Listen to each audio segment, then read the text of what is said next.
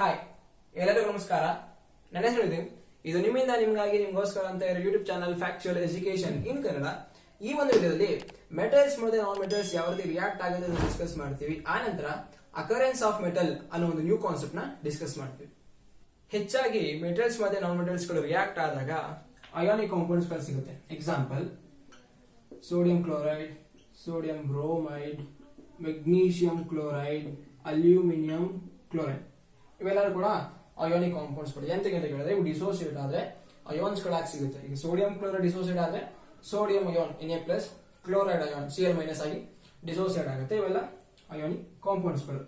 ಇದು metal, non metal, sodium metal, bromine non metal, metal non metal, metal non metal. ಇಟಿ metal non metal combine ಆದ್ರೆ ನಮಗೆ ionic compounds ಗಳು ಸಿಗುತ್ತೆ. ನಿಮ್ ಸಿಲೆಬಸ್ ಅಲ್ಲಿ NaCl ಬಗ್ಗೆ ಕೊಟ್ಟಿದ್ದಾರೆ, ನಂತರ ಮೆಗ್ನೀಷಿಯಂ ಕ್ಲೋರೈಡ್. ಈಗ NaCl ಯಾವ ರೀತಿ ಆಗುತ್ತೆ ಅಂತ ನೋಡೋಣ. First sodium metal electronic configuration ಬರೀತೀನಿ, ಸ್ಟ್ರಕ್ಚರ್ ಬರ್ಕೊಳ್ತೀನಿ, ನಂತರ ಕ್ಲೋರಿನ್ ಬರ್ಕೊಳ್ತೀನಿ. ಈ ಕಡೆ ಸೋಡಿಯಂ ಅಟಾಮಿಕ್ ನಂಬರ್ ಬಂದು 11, ಕ್ಲೋರಿನ್ 17. ಈಗ ಸ್ಟ್ರಕ್ಚರ್ ಬರೀತೀನಿ. ಇದು ನ್ಯೂಕ್ಲಿಯಸ್. ನ್ಯೂಕ್ಲಿಯಸ್ ಏನಿರುತ್ತೆ, ಪ್ರೋಟಾನ್ ಮತ್ತೆ ನ್ಯೂಟ್ರಾನ್ ಇರುತ್ತೆ. ಪ್ರೋಟಾನ್ ಬಗ್ಗೆ ನೋಡೋಣ. 11 ಎಲೆಕ್ಟ್ರಾನ್ಸ್ ಅಂದ್ರೆ ಅಷ್ಟೇ ಪ್ರೋಟಾನ್ಸ್ ಕೂಡ ಇರುತ್ತೆ. ನ್ಯೂಕ್ಲಿಯಸ್ ಅಲ್ಲಿ 11 ಪ್ರೋಟಾನ್ಸ್ ಇದೆ. ಇದು K shell, L M. K shell ಅಲ್ಲಿ ಮ್ಯಾಕ್ಸಿಮಮ್ 2 ಎಲೆಕ್ಟ್ರಾನ್ಸ್ ಇರುತ್ತೆ. L ಅಲ್ಲಿ 8 ಎಲೆಕ್ಟ್ರಾನ್ಸ್, 2 + 8 10 ಆಯ್ತು. ಮಿಕ್ಕಿರೋ ಒಂದು ಎಲೆಕ್ಟ್ರಾನ್ ಇದು K shell, L shell, M shell ಅಲ್ಲಿ ಇರುತ್ತೆ. M ಶೆಲ್ ಇರುತ್ತೆ. ಕ್ಲೋರಿನ್ ಬರೀತೀನಿ ಅಂದ್ರೆ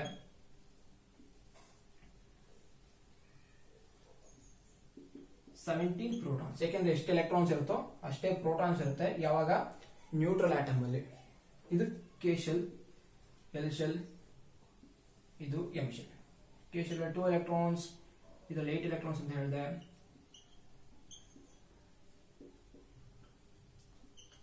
ಟು ಪ್ಲಸ್ 8 10 ಆಯ್ತು. ಇನ್ 7 ಎಲೆಕ್ಟ್ರಾನ್ಸ್ ಬಂದು K L M ಶೆಲ್ ಅಲ್ಲಿ ಬರುತ್ತೆ. 6 7. ಓಕೆ, ಇದು ಸೋಡಿಯಂ ಆಯ್ತು. Chlorine atom. ಇದು ಸೋಡಿಯಂ ಆಟಮ್ ಸ್ಟ್ರಕ್ಚರ್, ಇದು ಕ್ಲೋರಿನ್ ಆಟಮ್. ಈಗ NaCl ಯಾವ ರೀತಿ ಆಗುತ್ತೆ ಅಂತ. ಯಾವುದೇ ಎಲಿಮೆಂಟ್ಸ್ ಗಳು ಕಂಬೈನ್ ಆಗಿ ಒಂದು ಕಾಂಪೌಂಡ್ ಫಾರ್ಮೇಶನ್ ಆಗುತ್ತೆ, ರಿಯಾಕ್ಷನ್ ಆಗುತ್ತೆ ಅಥವಾ ಒಂದು ಬಾಂಡ್ ಫಾರ್ಮೇಶನ್ ಆಗುತ್ತೆ ಅಂದ್ರೆ ಅಲ್ಲಿ ಇನ್ವಾಲ್ವ್ ಆಗೋ ಪ್ರತಿಯೊಂದು ಎಲಿಮೆಂಟ್ ಗಳು ಕೂಡ ಆಕ್ಟೇಟ್ ರೂಲ್ ನ ಫಾಲೋ ಮಾಡುತ್ತೆ. ಆಕ್ಟೇಟ್ ರೂಲ್ ಅಂದ್ರೆ ಏನು? ವೇಲೆನ್ಸ್ ಶೆಲ್ ಅಲ್ಲಿ 8 ಎಲೆಕ್ಟ್ರಾನ್ಸ್ ಗಳನ್ನ ಮೇಂಟೈನ್ ಮಾಡೋದು. ಈಗ ಇಲ್ಲಿ M ಶೆಲ್ ವೇಲೆನ್ಸ್ ಶೆಲ್ ಆಗಿದೆ. ಸೋಡಿಯಂಗೆ 2 ಚಾನ್ಸಸ್ ಇದೆ ಆ ಒಂದು ಆಕ್ಟೇಟ್ ರೂಲ್ ನ ಫಾಲೋ ಮಾಡೋದಕ್ಕೆ. ಒಂದು 7 ಎಲೆಕ್ಟ್ರಾನ್ಸ್ ಗಳನ್ನ ಅಕ್ಸೆಪ್ಟ್ ಮಾಡ್ಕೊಳ್ಳೋದು, 7 ಎಲೆಕ್ಟ್ರಾನ್ಸ್ ನ ಅಕ್ಸೆಪ್ಟ್ ಮಾಡ್ಕೊಳ್ಳೋದು. ಅಕಸ್ಮಾತ್ 7 ಎಲೆಕ್ಟ್ರಾನ್ ಅಕ್ಸೆಪ್ಟ್ ಮಾಡ್ಕೊಳ್ತು ಅಂದ್ರೆ ಆ 7 ಎಲೆಕ್ಟ್ರಾನ್ಸ್ ಗಳು ಕೂಡ M ಶೆಲ್ ಬರುತ್ತೆ. ಸೊ 8 ಎಲೆಕ್ಟ್ರಾನ್ಸ್ ಮೇಂಟೈನ್ ಆಗುತ್ತೆ. ಅಥವಾ 1 ಎಲೆಕ್ಟ್ರಾನ್ ನ ಕಳ್ಕೊಳ್ಳೋದು. ಅಕಸ್ಮಾತ್ ಅದು 1 ಎಲೆಕ್ಟ್ರಾನ್ ಕಳ್ಕೊಳ್ತು ಕೂಡ ಆಗ ಔಟರ್ ಮೋಸ್ಟ್ ಶೆಲ್ ಬಂದು L ಶೆಲ್ ಆಗುತ್ತೆ. L ಶೆಲ್ ಆಗಲಿ 8 ಎಲೆಕ್ಟ್ರಾನ್ ಇದೆ, 8 ಎಲೆಕ್ಟ್ರಾನ್ಸ್ ಇದೆ. ಸೊ ಆಕ್ಟೇಟ್ ರೂಲ್ ಫಾಲೋ ಮಾಡುತ್ತೆ. ನಾನು ಕೇಳಿದ್ರೆ 7 ಎಲೆಕ್ಟ್ರಾನ್ ಅಕ್ಸೆಪ್ಟ್ ಮಾಡ್ಕೊಳ್ಳೋದಕ್ಕಿಂತ 1 ಎಲೆಕ್ಟ್ರಾನ್ ಕಳ್ಕೊಳ್ಳೋದೇ ಈಸಿ. ಅದಕ್ಕೆ ಏನ್ ಮಾಡಿದ್ರೆ ಸೋಡಿಯಂ 1 ಎಲೆಕ್ಟ್ರಾನ್ ಕಳ್ಕೊಂಡು ಚಾರ್ಜ್ ಅಕ್ವೈರ್ ಮಾಡ್ಕೊಳ್ಳುತ್ತೆ. ನ್ಯೂಟ್ರಲ್ ಆಟಮ್ ಅಂತ ಬಂದ್ರೆ ಈಗ ಇನ್ನೂ ಎಲೆಕ್ಟ್ರಾನ್ ಕಳ್ಕೊಂಡಿಲ್ಲ. ಈಗ ಟೋಟಲ್ ಚಾರ್ಜ್ ಆಟಮ್ ಏನು? ಪ್ರೋಟಾನ್ ಬಂದು ಪಾಸಿಟಿವ್ ಚಾರ್ಜ್ 11 ಪ್ರೋಟಾನ್ಸ್ ಇದೆ. ಎಲೆಕ್ಟ್ರಾನ್ ಬಂದು ನೆಗೆಟಿವ್ ಚಾರ್ಜ್, ಇನ್ನೂ ಎಲೆಕ್ಟ್ರಾನ್ ಕಳ್ಕೊಂಡಿಲ್ಲ, -11 0. ಬಟ್ ಈಗ ಒಂದು ಎಲೆಕ್ಟ್ರಾನ್ ಕಳ್ಕೊಂತು ಅಂದ ತಕ್ಷಣ -10 ಆಗುತ್ತೆ. ಈಗ ಅಲ್ಲೇ ಒಂದು ಎಲೆಕ್ಟ್ರಾನ್ ಕಳ್ಕೊಂಡ್ಬಿಟ್ಟಿದೆ. ಈಗ ಔಟರ್ ಮೋಸ್ಟ್ ಶೆಲ್ ಬಂದು L ಆಗಲಿ 8 ಎಲೆಕ್ಟ್ರಾನ್ಸ್ ಇದೆ. ಸೊ ನೋಬಲ್ ಗ್ಯಾಸ್ ಕಾನ್ಫಿಗರೇಷನ್ ಆಯ್ತು. ಅದಕ್ಕೆ ಪ್ಲಸ್ ಚಾರ್ಜ್ ಬರುತ್ತೆ. ಯಾಕೆ ಪ್ಲಸ್ ಅಂತ ಬರ್ತೀನಿ? +11. ಯಾಕಂದ್ರೆ ಪ್ರೋಟಾನ್ಸ್ ಅದೇ ರೀತಿ ಇದೆ. ನ್ಯೂಕ್ಲಿಯಸ್ ಇಂದ ನಾವೇನು ಪ್ರೋಟಾನ್ ರಿಮೂವ್ ಮಾಡಿಲ್ಲ, 11 ಪ್ರೋಟಾನ್ಸ್ ಹಾಗೆ ಇದೆ. ಬಟ್ ಎಲೆಕ್ಟ್ರಾನ್ಸ್ ಬಂದು 10 ಇದೆ. -10 ಅಂತ ಬರುತ್ತೆ. ಯಾಕಂದ್ರೆ ಎಲೆಕ್ಟ್ರಾನ್ ಚಾರ್ಜ್ ಬಂದು ನೆಗೆಟಿವ್. +11 -10 ಬಂದ್ಬಿಟ್ಟು ಚಾರ್ಜ್ ಬಂದು ಆಡ್ ಮಾಡಿದಾಗ +1. ಅದಕ್ಕೆ ಸೋಡಿಯಂ ಚಾರ್ಜ್ ಬಂದು +1. ಅದೇ ರೀತಿ ಕ್ಲೋರಿನ್ ಕೂಡ. ಕ್ಲೋರಿನ್ ಆಕ್ಟೇಟ್ ರೂಲ್ ಫಾಲೋ ಮಾಡಬೇಕು ಅಂದ್ರೆ ಸೇಮ್ ಇದ್ರಲ್ಲೂ ಕೂಡ 2 ಚಾನ್ಸ್ ಇದೆ. ಒಂದು ಇದು 7 ಎಲೆಕ್ಟ್ರಾನ್ಸ್ ಗಳನ್ನ ಕಳ್ಕೊಳ್ಳೋದು. M ಶೆಲ್ ಅಲ್ಲಿ ಇರೋ 7 ಎಲೆಕ್ಟ್ರಾನ್ಸ್ ಗಳನ್ನ ಕೂಡ ಕಳ್ಕೊಂಡ್ರೆ ಆಗ ಔಟರ್ ಮೋಸ್ಟ್ ಶೆಲ್ ಎಲ್ಲ ಆಗುತ್ತೆ. ಅಲ್ಲೂ ಕೂಡ 8 ಎಲೆಕ್ಟ್ರಾನ್ಸ್ ಇದೆ. ಇನ್ನೊಂದು ಚಾನ್ಸ್ ಏನಿದೆ, ಅದು ಒಂದೇ ಒಂದು ಎಲೆಕ್ಟ್ರಾನ್ ಅಕ್ಸೆಪ್ಟ್ ಮಾಡ್ಕೋಬೇಕು. 1 ಎಲೆಕ್ಟ್ರಾನ್ ಅಕ್ಸೆಪ್ಟ್ ಮಾಡ್ಕೊಂಡ್ರೆ ಆಗ ಇಲ್ಲಿ 1 ಎಲೆಕ್ಟ್ರಾನ್ ಬರುತ್ತೆ. ಆಗ ಔಟರ್ ಮೋಸ್ಟ್ ಶೆಲ್ ಅಲ್ಲಿ 8 ಎಲೆಕ್ಟ್ರಾನ್ ಆಯ್ತು, ಅಥವಾ Nobel gas configuration octet rule complete ಆಯ್ತು. ನಾನು ಕೇಳಿದ್ರೆ ಅಂತ ಹೇಳ್ತೀನಿ, 7 ಎಲೆಕ್ಟ್ರಾನ್ ಕಳ್ಕೊಳ್ಳೋದಕ್ಕಿಂತ 1 ಎಲೆಕ್ಟ್ರಾನ್ ಅಕ್ಸೆಪ್ಟ್ ಮಾಡ್ಕೊಳ್ಳೋದು ಈಸಿ. ಅದಕ್ಕೆ ಏನ್ ಮಾಡುತ್ತೆ, ಕ್ಲೋರಿನ್ ಈ ಸೋಡಿಯಂ ಡೊನೇಟ್ ಮಾಡಿದಂತ ಎಲೆಕ್ಟ್ರಾನ್ ಬಿಟ್ಬಿಟ್ಟಿರುತ್ತಲ್ಲ, ಇದು ಎಲೆಕ್ಟ್ರಾನ್ ಇದನ್ನ ಡೊನೇಟ್ ಮಾಡುತ್ತಲ್ಲ ಹೊರಗಡೆ ಎಲೆಕ್ಟ್ರಾನ್, ಆ ಎಲೆಕ್ಟ್ರಾನ್ ಕ್ಲೋರಿನ್ ತಗೊಳುತ್ತೆ. ಕ್ಲೋರಿನ್ ತಗೊಂಡು ಏನ್ ಮಾಡುತ್ತೆ, ಆಕ್ಟೇಟ್ ರೂಲ್ ಕಂಪ್ಲೀಟ್ ಮಾಡ್ಕೊಳ್ಳುತ್ತೆ. ನ್ಯೂಟ್ರಲ್ ಆಟಮ್ ಅಲ್ಲಿ ಅಂದ್ರೆ ಎಲೆಕ್ಟ್ರಾನ್ ಅಕ್ಸೆಪ್ಟ್ ಮಾಡ್ಕೊಳ್ಳೋಕೆ ಮುಂಚೆ ಕ್ಲೋರಿನ್ ಚಾರ್ಜ್ ಬಂದು +17 -17 = 0. +17 ಅಂದ್ರೆ ಚಾರ್ಜ್ ಆಫ್ ಪ್ರೋಟಾನ್, -17 ಅಂದ್ರೆ 17 ಎಲೆಕ್ಟ್ರಾನ್ಸ್ ಇತ್ತು, ನೆಗೆಟಿವ್ ಚಾರ್ಜ್ 0. ಬಟ್ ಯಾವಾಗ ಎಲೆಕ್ಟ್ರಾನ್ ಅಕ್ಸೆಪ್ಟ್ ಮಾಡ್ಕೊಂಡಾಗ ಪ್ರೋಟಾನ್ ಅಷ್ಟೇ ಇದೆ ನ್ಯೂಕ್ಲಿಯಸ್ ಅಲ್ಲಿ, ಬಟ್ ಈಗ 18 ಎಲೆಕ್ಟ್ರಾನ್ಸ್ ಆಯ್ತು. ಮುಂಚೆ 17 ಎಲೆಕ್ಟ್ರಾನ್ಸ್ ಇತ್ತು, ಒಂದು ಎಕ್ಸ್ಟ್ರಾ ಎಲೆಕ್ಟ್ರಾನ್ ಬಂತು, ಸೊ ಅದು ನೆಗೆಟಿವ್ ಚಾರ್ಜ್ -18, ಟೋಟಲ್ ಚಾರ್ಜ್ ಬಂದು -1, ಅದಕ್ಕೆ ಕ್ಲೋರಿನ್ ನೆಗೆಟಿವ್ ಚಾರ್ಜ್. ಈ ರೀತಿ ಒಂದು ಪ್ಲಸ್ ಪಾಸಿಟಿವ್ ಚಾರ್ಜ್ ಒಂದು ನೆಗೆಟಿವ್ ಚಾರ್ಜ್ ಸೇರ್ಕೊಂಡು NaCl ಅನ್ನೋ ಒಂದು ಕಾಂಪೌಂಡ್ ಫಾರ್ಮೇಶನ್ ಆಗುತ್ತೆ. NaCl ನಾವು ಮಾಲಿಕ್ಯೂಲ್ ಅಂತ ಕರೆಯಕ್ಕಾಗಲ್ಲ. ಹಾಗಾದ್ರೆ ಮಾಲಿಕ್ಯೂಲ್ ಅಂತ ನಾವು ಯಾವ್ಯಾವನ್ನ ಕರಿತೀವಿ? ಕಾರ್ಬನ್ ಡೈಆಕ್ಸೈಡ್ ನ ಮಾಲಿಕ್ಯೂಲ್ ಅಂತ ಕರಿತೀವಿ, H2O ನ ಮಾಲಿಕ್ಯೂಲ್ ಅಂತ ಕರಿತೀವಿ. ಯಾಕಂದ್ರೆ ಇಲ್ಲಿ ಆಕ್ಚುಯಲ್ ಆಗಿ ಕಾರ್ಬನ್ ಮತ್ತೆ ಆಕ್ಸಿಜನ್ ಮಧ್ಯೆ ಕಾರ್ಬನ್ ಡೈಆಕ್ಸೈಡ್ ಇಲ್ಲಿ ಒಂದು ಬಾಂಡ್ ಫಾರ್ಮೇಶನ್ ಆಗಿರುತ್ತೆ. ಅದಕ್ಕೆ ಆಟಮ್ಸ್ ಗಳ ಮಧ್ಯೆ ಬಾಂಡ್ ಫಾರ್ಮೇಶನ್ ಆಗಿ ಮಾಲಿಕ್ಯೂಲ್ ಫಾರ್ಮೇಶನ್ ಆಗಿರುತ್ತೆ. H2O ದಲ್ಲೂ ಅಷ್ಟೇ, ಇಲ್ಲಿ ಆಕ್ಸಿಜನ್ ಇದು ಹೈಡ್ರೋಜನ್ ಅಂದ್ರೆ ಒಂದು ಬಾಂಡ್ ಫಾರ್ಮೇಶನ್ ಆಗಿರುತ್ತೆ. ಬಟ್ ಇಲ್ಲಿ NaCl ಆಗಿರ್ಬೋದು, ಯಾವುದೇ ಅಯಾನಿಕ್ ಕಾಂಪೌಂಡ್ ತಗೊಳ್ಳಿ, NaCl, MgCl2, AlCl3, ಅವೆಲ್ಲದರಲ್ಲೂ ಕೂಡ ಆಪೋಸಿಟ್ಲಿ ಚಾರ್ಜ್ ಅಯಾನ್ಸ್ ಗಳಿರ್ತಾವಲ್ಲ, ಈಗ Na+Cl- with positive charge negative charge, ಇವೆರಡುಗಳ ಮಧ್ಯೆ ಒಂದು ಅಟ್ರಾಕ್ಟಿವ್ ಫೋರ್ಸ್ ಇರುತ್ತೆ ಅಷ್ಟೇ. ಇವುಗಳು ಈಗ ಸಾಲಿಡ್ NaCl ನಾನು ಟೇಬಲ್ ಸಾಲ್ಟ್ ತಗೊಳ್ತೀನಿ ಅಂದ್ರೆ ಅದು ಸ್ಟ್ರಕ್ಚರ್ ಯಾವ ರೀತಿ ಇದೆ ಅಂತ ಬರೀತೀನಿ ನೋಡಿ. ಸಾಲಿಡ್ ಸ್ಟೇಟ್ ಅಲ್ಲಿ ಇದ್ದಾಗ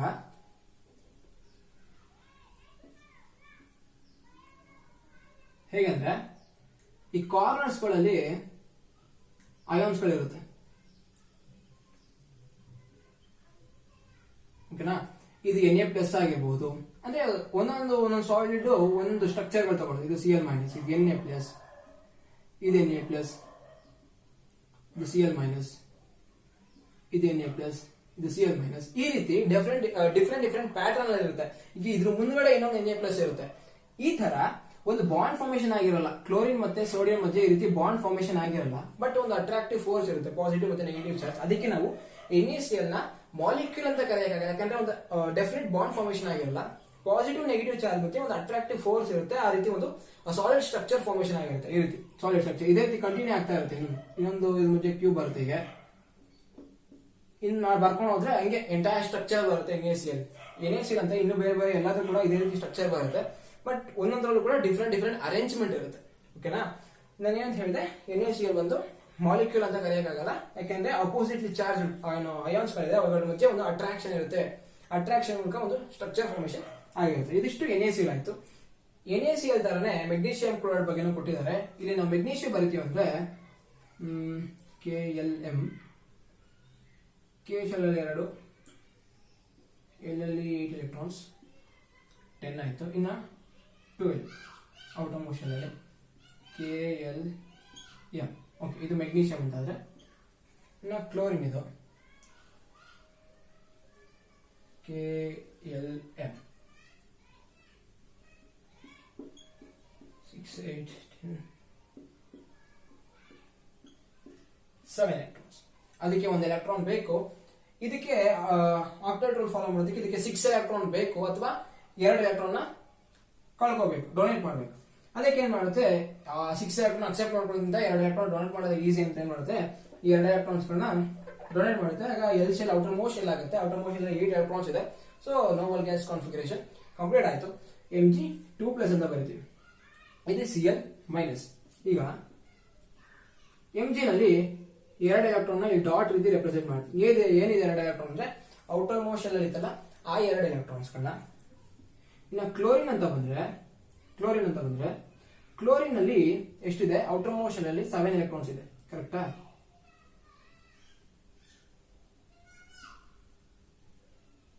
ಸೆವೆನ್ ಎಲೆಕ್ಟ್ರಾನ್ಸ್ ಬಂದಿದೆ, 2 ಕ್ಲೋರಿನ್ ಇದೆ.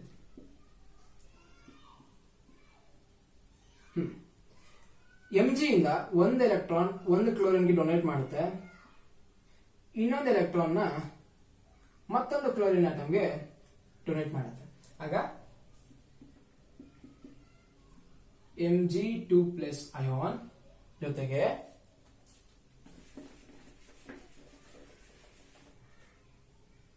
ಕ್ಲೋರಿನ್ ಅಲ್ಲಿ ಬರೀಬೇಕು ನಾವು ಎಲೆಕ್ಟ್ರಾನ್ಸ್ ನ 7 ಎಲೆಕ್ಟ್ರಾನ್ಸ್ ಕ್ಲೋರಿನ್. ಮೆಗ್ನೀಷಿಯಂ ಇಂದ ಬಂದಿರೋದಕ್ಕೆ ಗೊತ್ತಾಗ್ಲಿ ಅಂದ್ಬಿಟ್ಟು ಒಂದು ಎಲೆಕ್ಟ್ರಾನ್ ನ ಈ ರೀತಿ ರೆಪ್ರೆಸೆಂಟ್ ಮಾಡ್ತೀನಿ. ಇದ್ರ ಚಾರ್ಜ್ ಬಂದ್ಬಿಟ್ಟು -1.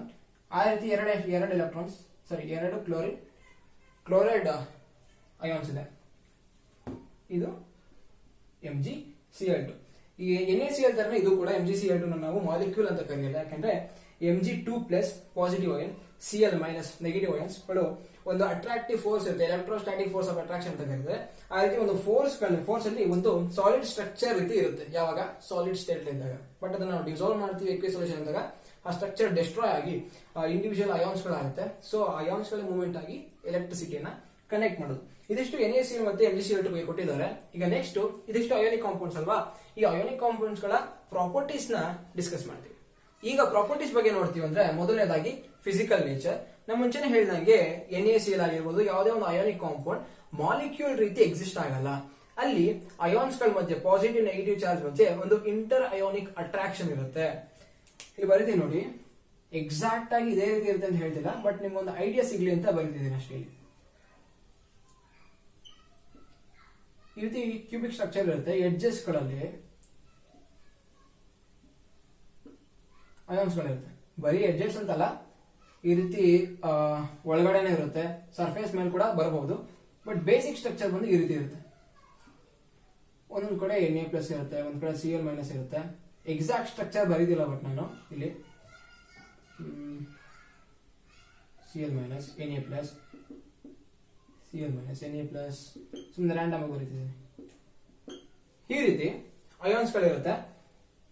ಅಯಾನ್ಸ್ ಗಳು ಒಂದು ಇಂಟರ್ಆನಿಕ್ ಅಟ್ರಾಕ್ಷನ್, ಈಗ Na ಪ್ಲಸ್ ಅನ್ನೋದು positive charge, Cl minus negative charge, ಇವೆರಡರ ಮಧ್ಯೆ ಒಂದು ಅಟ್ರಾಕ್ಷನ್ ಫೋರ್ಸ್ ಇರುತ್ತೆ, ಅಟ್ರಾಕ್ಷನ್ ಫೋರ್ಸ್. ಸೊ ಒಂದು ಫೋರ್ಸ್ ಇಂದ ಅವು ಹೆಚ್ಚಾಗಿ ಸಾಲಿಡ್ ಸ್ಟೇಟ್ ಅಲ್ಲಿ ನಮಗೆ ಸಿಗುತ್ತೆ. ಸಾಲಿಡ್ ಸ್ಟೇಟ್ ಅಲ್ಲಿ ಸಿಗುತ್ತೆ. ಯಾವ ರೀತಿ ಫೋರ್ಸ್ ಇರುತ್ತೆ? ಇಂಟರ್ ಅಯೋನಿಕ್ ಅಟ್ರಾಕ್ಷನ್ ಫೋರ್ಸ್ ಇಂದ ಇವು ಹೆಚ್ಚಾಗಿ ಸಾಲಿಡ್ ಸ್ಟೇಟ್ ಅಲ್ಲಿ ನಮಗೆ ಸಿಗುತ್ತೆ. ಇದು ಫಿಸಿಕಲ್ ನೇಚರ್ ಆಯ್ತಂದ್ರೆ next melting and boiling point. ಹೇಳ್ದಂಗೆ ಇವು ಸಾಲಿಡ್ ಸ್ಟೇಟ್ ಅಲ್ಲಿ ಸಿಗ್ತಾವಲ್ವಾ, ಈ ಅಯಾನ್ಸ್ ಗಳ ಮಧ್ಯೆ ಸೋಡಿಯಂ ಮತ್ತೆ ಕ್ಲೋರಿನ್ ಮಧ್ಯೆ strong inter ionic attraction force ಇರುತ್ತೆ. ಎರಡರ ಮಧ್ಯೆ strong inter ionic attraction force ಇರುತ್ತೆ. ಈ ಫೋರ್ಸ್ ನ ಬ್ರೇಕ್ ಮಾಡೋದು ತುಂಬಾ ಕಷ್ಟ. ಈಗ ಮೆಲ್ಟಿಂಗ್ ಪಾಯಿಂಟ್ ಅಂದ್ರೆ ಇದು ಸಾಲಿಡ್ ನ ಮೆಲ್ಟ್ ಮಾಡಿ ಲಿಕ್ವಿಡ್ ಸ್ಟೇಟಿಗೆ ತಗೊಂಡ್ಬರೋದನ್ನ ಮೆಲ್ಟಿಂಗ್ ಪಾಯಿಂಟ್ ಅಂತ ಕರಿತೀವಿ. ಈಗ ಇದು ಲಿಕ್ವಿಡ್ ಸ್ಟೇಟಿಗೆ ಬರಬೇಕು ಅಂದ್ರೆ ಈ ಸ್ಟ್ರಕ್ಚರ್ ಬ್ರೇಕ್ ಆಗಬೇಕು. ಈ ಸ್ಟ್ರಕ್ಚರ್ ಬ್ರೇಕ್ ಆಗಬೇಕು ಅಂದ್ರೆ ಇವೆರಡರ ಮಧ್ಯೆ ಇರೋ ಫೋರ್ಸ್ ರೆಡ್ಯೂಸ್ ಆಗಬೇಕು. ಅಂದ್ರೆ ಫೋರ್ಸ್ ಬ್ರೇಕ್ ಆದಾಗಲ್ವಾ ಅದು ಲಿಕ್ವಿಡ್ ಸ್ಟೇಟಿಗೆ ಬರೋದು. ಇವೆರಡರ ಮಧ್ಯೆ ಇರೋ ಅಟ್ರಾಕ್ಷನ್ ಫೋರ್ಸ್ ತುಂಬಾ ಸ್ಟ್ರಾಂಗ್ ಇರುತ್ತೆ. ಸೊ ಆ ಸ್ಟ್ರಾಂಗ್ ಫೋರ್ಸ್ ನ ಬ್ರೇಕ್ ಮಾಡಬೇಕು ಅಂದ್ರೂ ಕೂಡ ನಾವು ಜಾಸ್ತಿ ಹೀಟ್ ಮಾಡಬೇಕಾಗುತ್ತೆ. ಹೀಟ್ ಅಂದ್ರೇನು? ಎನರ್ಜಿ ಕೊಡ್ತಾ ಇದೀವಿ. ಆ ಎನರ್ಜಿ ಯೂಸ್ ಮಾಡ್ಕೊಂಡು, ಹೀಟ್ ಎನರ್ಜಿ ಯೂಸ್ ಮಾಡ್ಕೊಂಡು ಈ ಬಾಂಡ್ ನ ಬ್ರೇಕ್ ಮಾಡಬೇಕಾಗುತ್ತೆ. ಈ ಒಂದು ಅಟ್ರಾಕ್ಷನ್ ಫೋರ್ಸ್ ತುಂಬಾ ಸ್ಟ್ರಾಂಗ್ ಆಗಿರೋದ್ರಿಂದ ನಾವು ಹೀಟ್ ಕೂಡ ತುಂಬಾ ಜಾಸ್ತಿ ಕೊಡ್ಬೇಕಾಗುತ್ತೆ. ಅದಕ್ಕೆ ಮೆಲ್ಟಿಂಗ್ ಪಾಯಿಂಟ್ ಮತ್ತೆ ಬಾಯ್ಲಿಂಗ್ ಪಾಯಿಂಟ್ ಎರಡು ಕೂಡ ತುಂಬಾ ಹೈ. ಯಾಕೆ ಹೈ ಅಂತ ಕೇಳಿದ್ರೆ ಆ ಅಯಾನ್ಸ್ ಗಳ ಮಧ್ಯೆ ಇಂಟರ್ಯಾನಿಕ್ ಫೋರ್ಸ್ ಆಫ್ ಅಟ್ರಾಕ್ಷನ್ ತುಂಬಾ ಸ್ಟ್ರಾಂಗ್ ಇರುತ್ತೆ.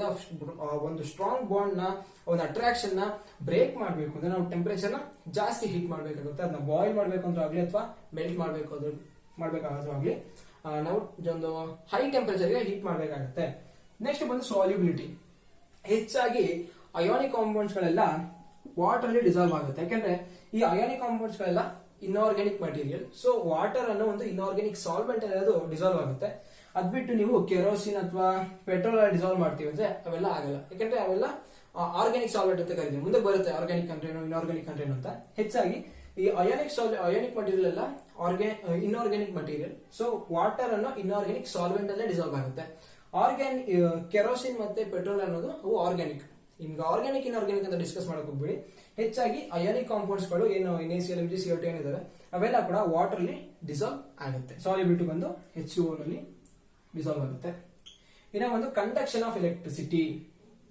ಯಾವುದೇ ಅಯಾನಿಕ್ ಕಾಂಪೌಂಡ್ಗಳು ಈ ರೀತಿ ಸಾಲಿಡ್ ಸ್ಟೇಟ್ ಅಲ್ಲೇ ಎಲೆಕ್ಟ್ರಿಸಿಟಿನ ಕಂಡಕ್ಟ್ ಮಾಡಲ್ಲ. ಯಾಕಂದ್ರೆ ಸಾಲಿಡ್ ಸ್ಟೇಟ್ ಅಲ್ಲೇ ಇರುತ್ತೆ ಅಂತ ಹೇಳಿದ್ರೆ ಅಟ್ರಾಕ್ಟಿವ್ ಫೋರ್ಸ್ ಇರುತ್ತೆ, ಒಂದಕ್ಕೊಂದು ಅಟ್ರಾಕ್ಟ್ ಮಾಡ್ಕೊಂಡು ಸ್ಟ್ರಾಂಗ್ ಆಗಿರುತ್ತೆ. ಸೊ ಅಯಾನ್ಸ್ ಗಳು ಮೂವ್ ಆಗಲ್ಲ.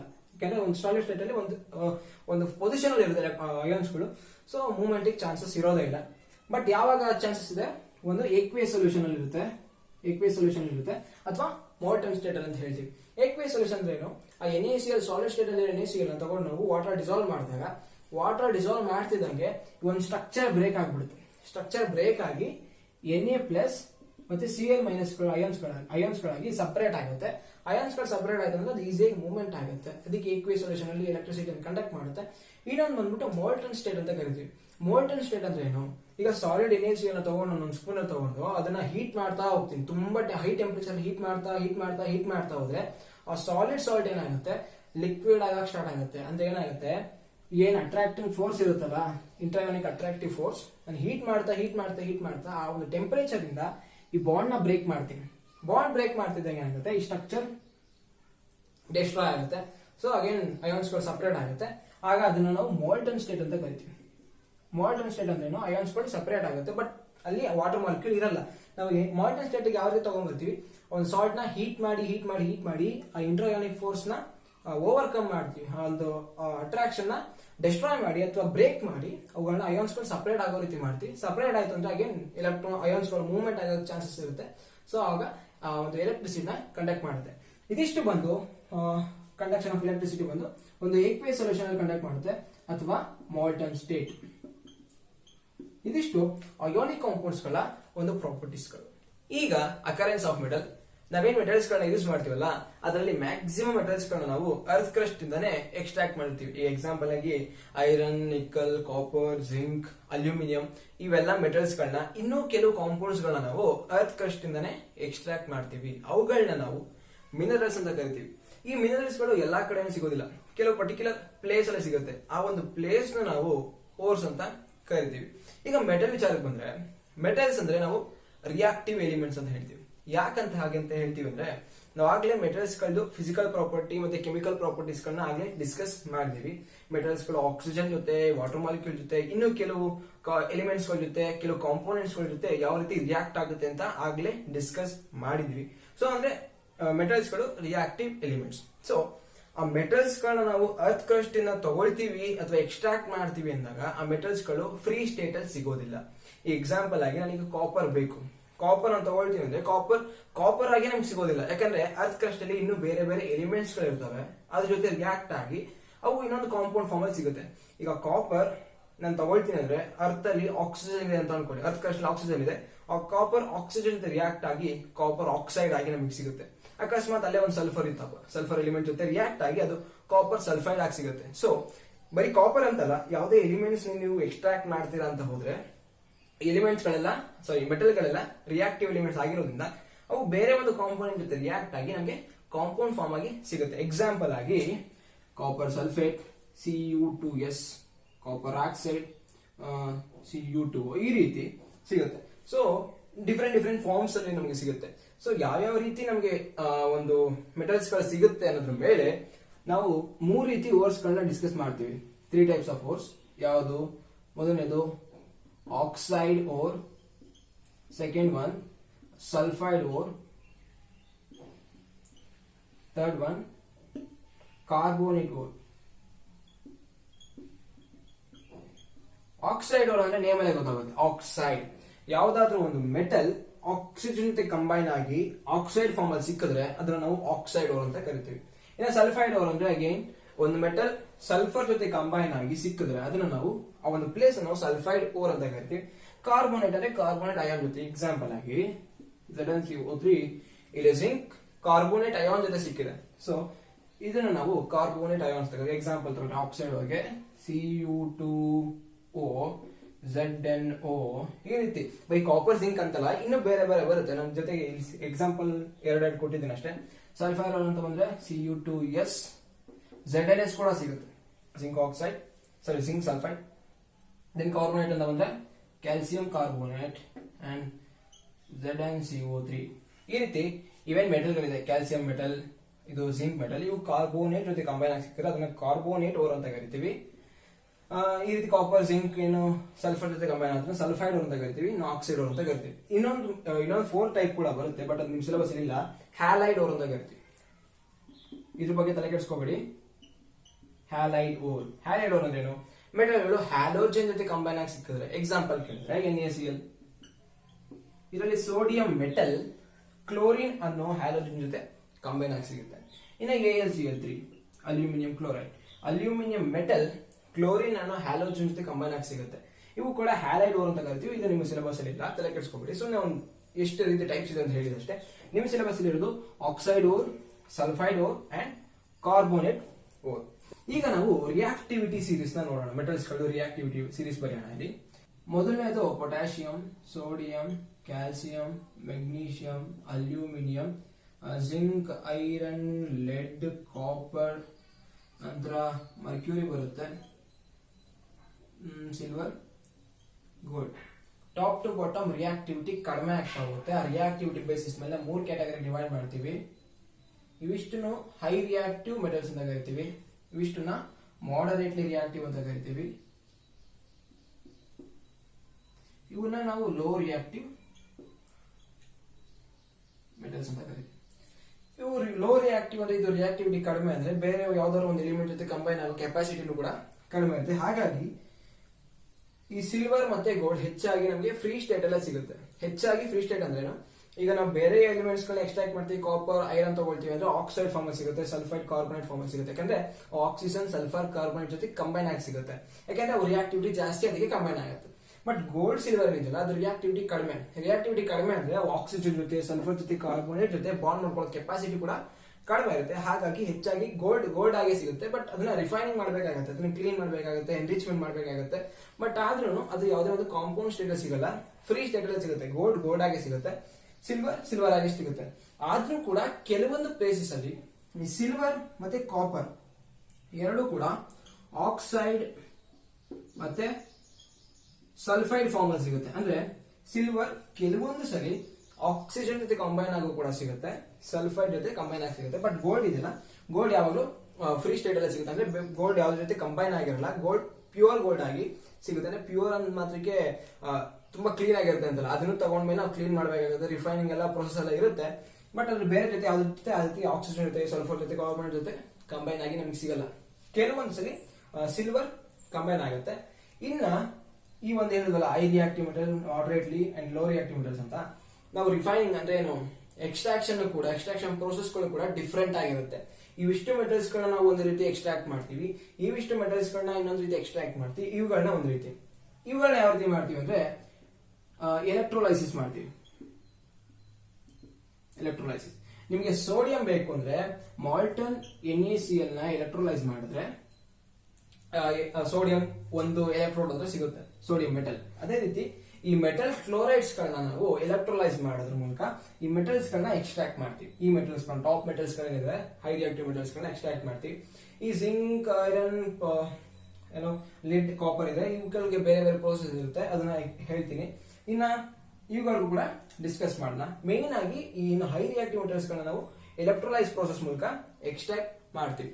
ಇನ್ನೊಂದು ಮೇನ್ ತಿಳ್ಕೋಬೇಕಾಗಿರೋದು ಏನಂದ್ರೆ, ಹೆಚ್ಚಾಗಿ ಎಲ್ಲಾ ಮೆಟಲ್ಸ್ ಗಳು ಕೂಡ ಮ್ಯಾಕ್ಸಿಮಮ್ ಮೆಟಲ್ಸ್ ಗಳು ಆಕ್ಸೈಡ್ ಫಾರ್ಮ್ ಅಲ್ಲಿ ಸಿಗುತ್ತೆ. ಯಾಕೆ ಅಂತ ಕೇಳಬಹುದು, 1 ಮಾರ್ಕ್ಸ್ ಕೇಳೋ ಚಾನ್ಸಸ್ ಇರುತ್ತೆ.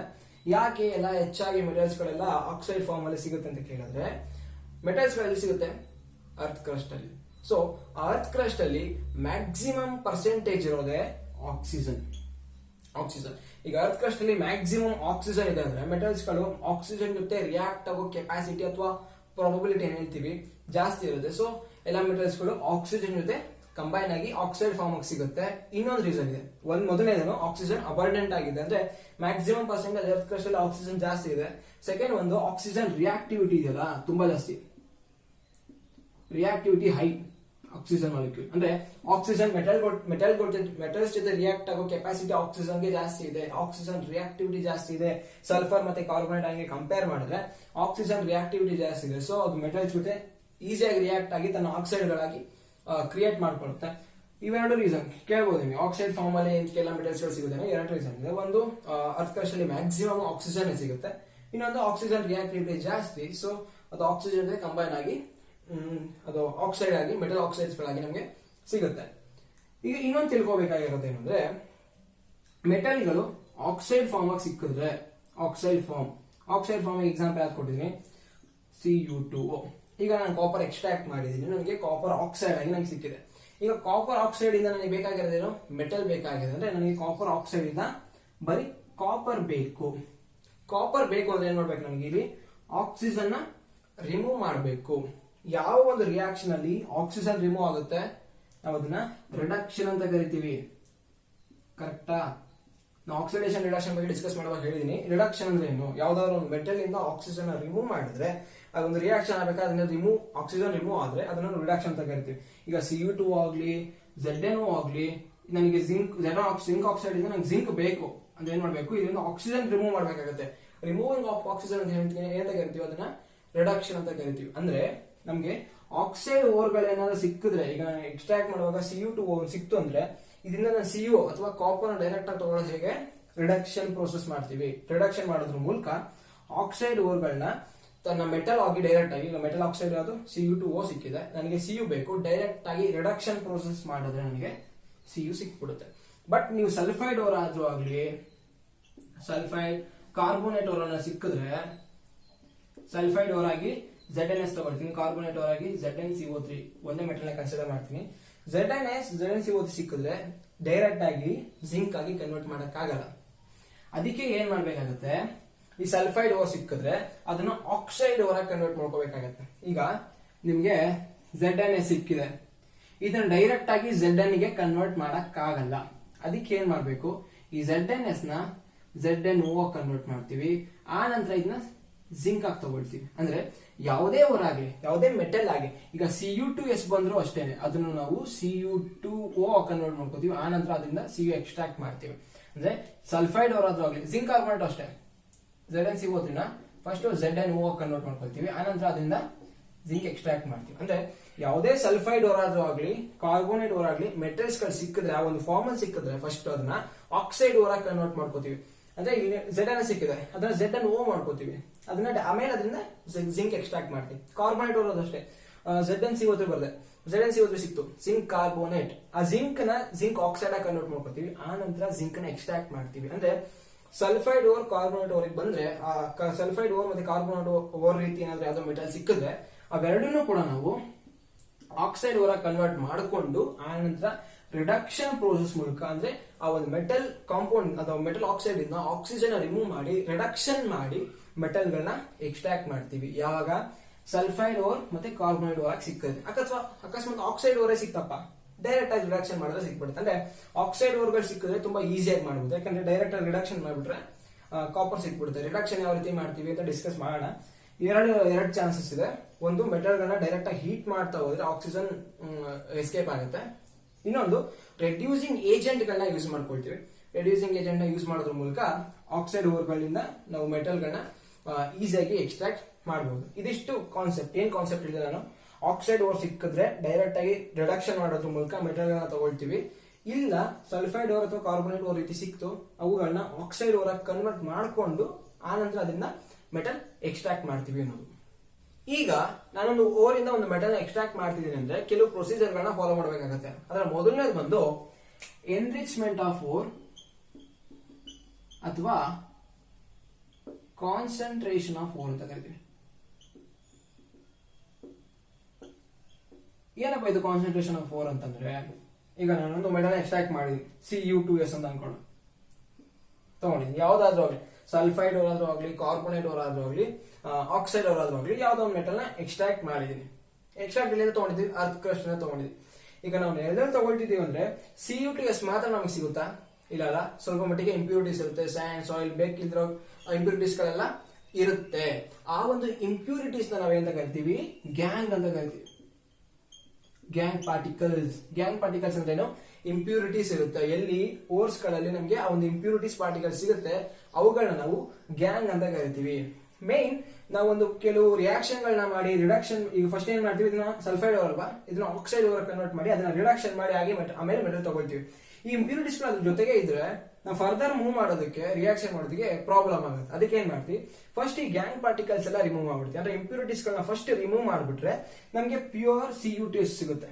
ಪ್ಯೂರ್ Cu2S ಈಗೇನಾಗಿದೆ, ಎಕ್ಸ್ಟ್ರಾಕ್ಟ್ ಮಾಡಿದ ತಕ್ಷಣ ಅದ್ರ ಜೊತೆಗೆ some sand particles, soil, sand particles ಎಲ್ಲ ಇರುತ್ತೆ. ಅವುಗಳನ್ನ ರಿಮೂವ್ ಮಾಡೋ ಪ್ರೋಸೆಸ್ ನ, ಆ ಪಾರ್ಟಿಕಲ್ಸ್ ನಾವು ಗ್ಯಾಂಗ್ ಪಾರ್ಟಿಕಲ್ಸ್ ಅಂತ ಕರಿತೀವಿ.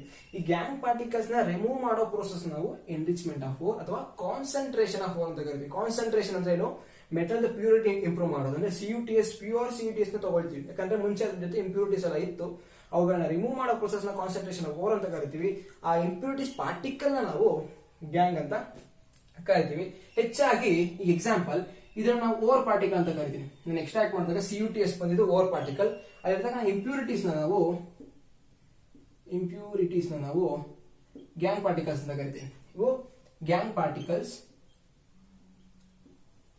ಇವು ಓರ್ ಪಾರ್ಟಿಕಲ್ಸ್. ಅವುಗಳನ್ನ ನಾವು ಯಾವ ರೀತಿ ಸಪರೇಟ್ ಮಾಡ್ತೀವಿ ಅಂದ್ರೆ, ಈ ಎರಡು ಪಾರ್ಟಿಕಲ್ ಮಧ್ಯೆ ಇರೋ physical and chemical properties difference ಮೇಲೆ.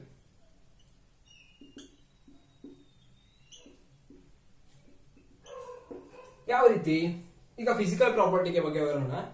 CuTs ಎಕ್ಸಾಂಪಲ್, CuTs ಮ್ಯಾಗ್ನೆಟ್ಗೆ ಅಟ್ರಾಕ್ಟ್ ಆಗಲ್ಲ. CuTs ಮ್ಯಾಗ್ನೆಟ್ಗೆ ಅಟ್ರಾಕ್ಟ್ ಆಗಲ್ಲ, ಬಟ್ ಗ್ಯಾಂಗ್ ಪಾರ್ಟಿಕಲ್ ಜೊತೆಗೆ ಬೇರೆ ಯಾವುದೋ ಒಂದು ಇಂಪ್ಯೂರಿಟೀಸ್ ಇರುತ್ತೆ. ಅವು ಅಕಸ್ಮಾತ್ ಮ್ಯಾಗ್ನೆಟ್ಗೆ ಅಟ್ರಾಕ್ಟ್ ಆಗೋ ರೀತಿ ಇದ್ರೆ ಆಗ ನಾನು ಮ್ಯಾಗ್ನೆಟ್ ಯೂಸ್ ಮಾಡ್ತೀನಿ.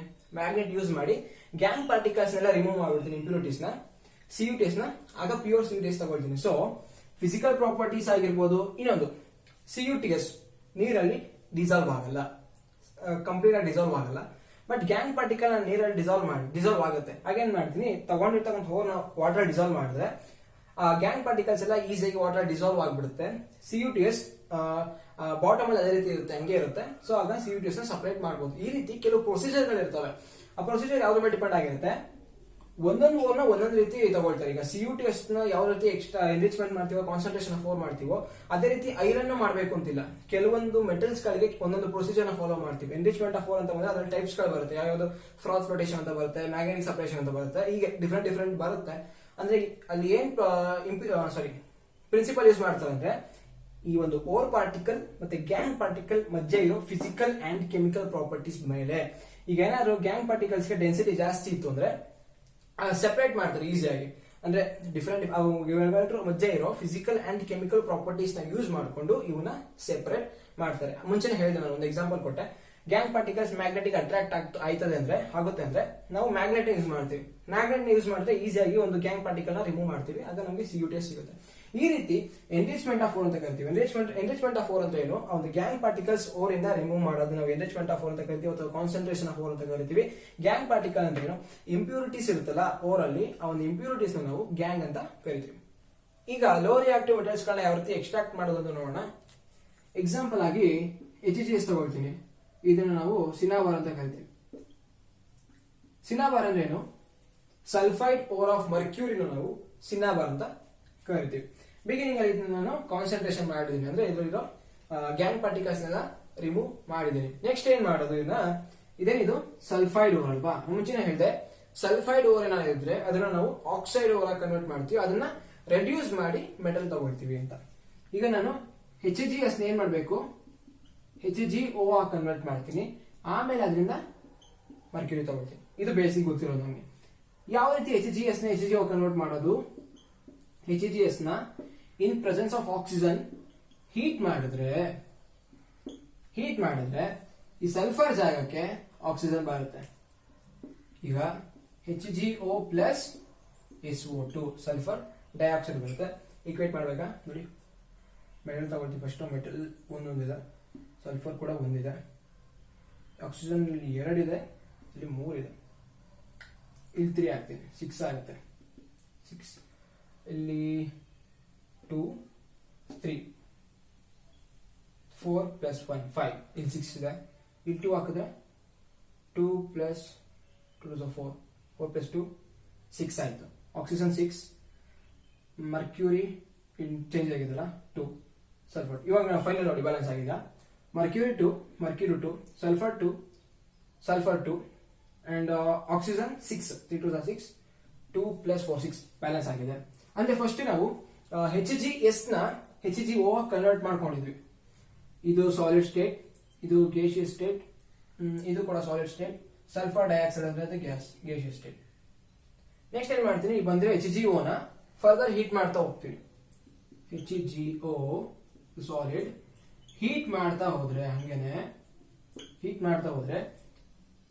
Hg ಮೆಟಲ್ ಹಾಗೆ ಸಿಕ್ಬಿಡುತ್ತೆ. ಮರ್ಕ್ಯೂರಿ ಅನ್ನೋದು ಸಾಲಿಡ್ ಲಿಕ್ವಿಡ್ ಮರ್ಕ್ಯೂರಿ ಮೆಟಲ್ ಸಿಗುತ್ತೆ, ಜೊತೆಗೆ ಆಕ್ಸಿಜನ್ ಗ್ಯಾಸ್ ಆಗಿ ಎಸ್ಕೇಪ್ ಆಗುತ್ತೆ. ಈಗ ಇದನ್ನ ಬ್ಯಾಲೆನ್ಸ್ 1 1 ಇಕ್ವೇಟ್ ಆಗಿದೆ.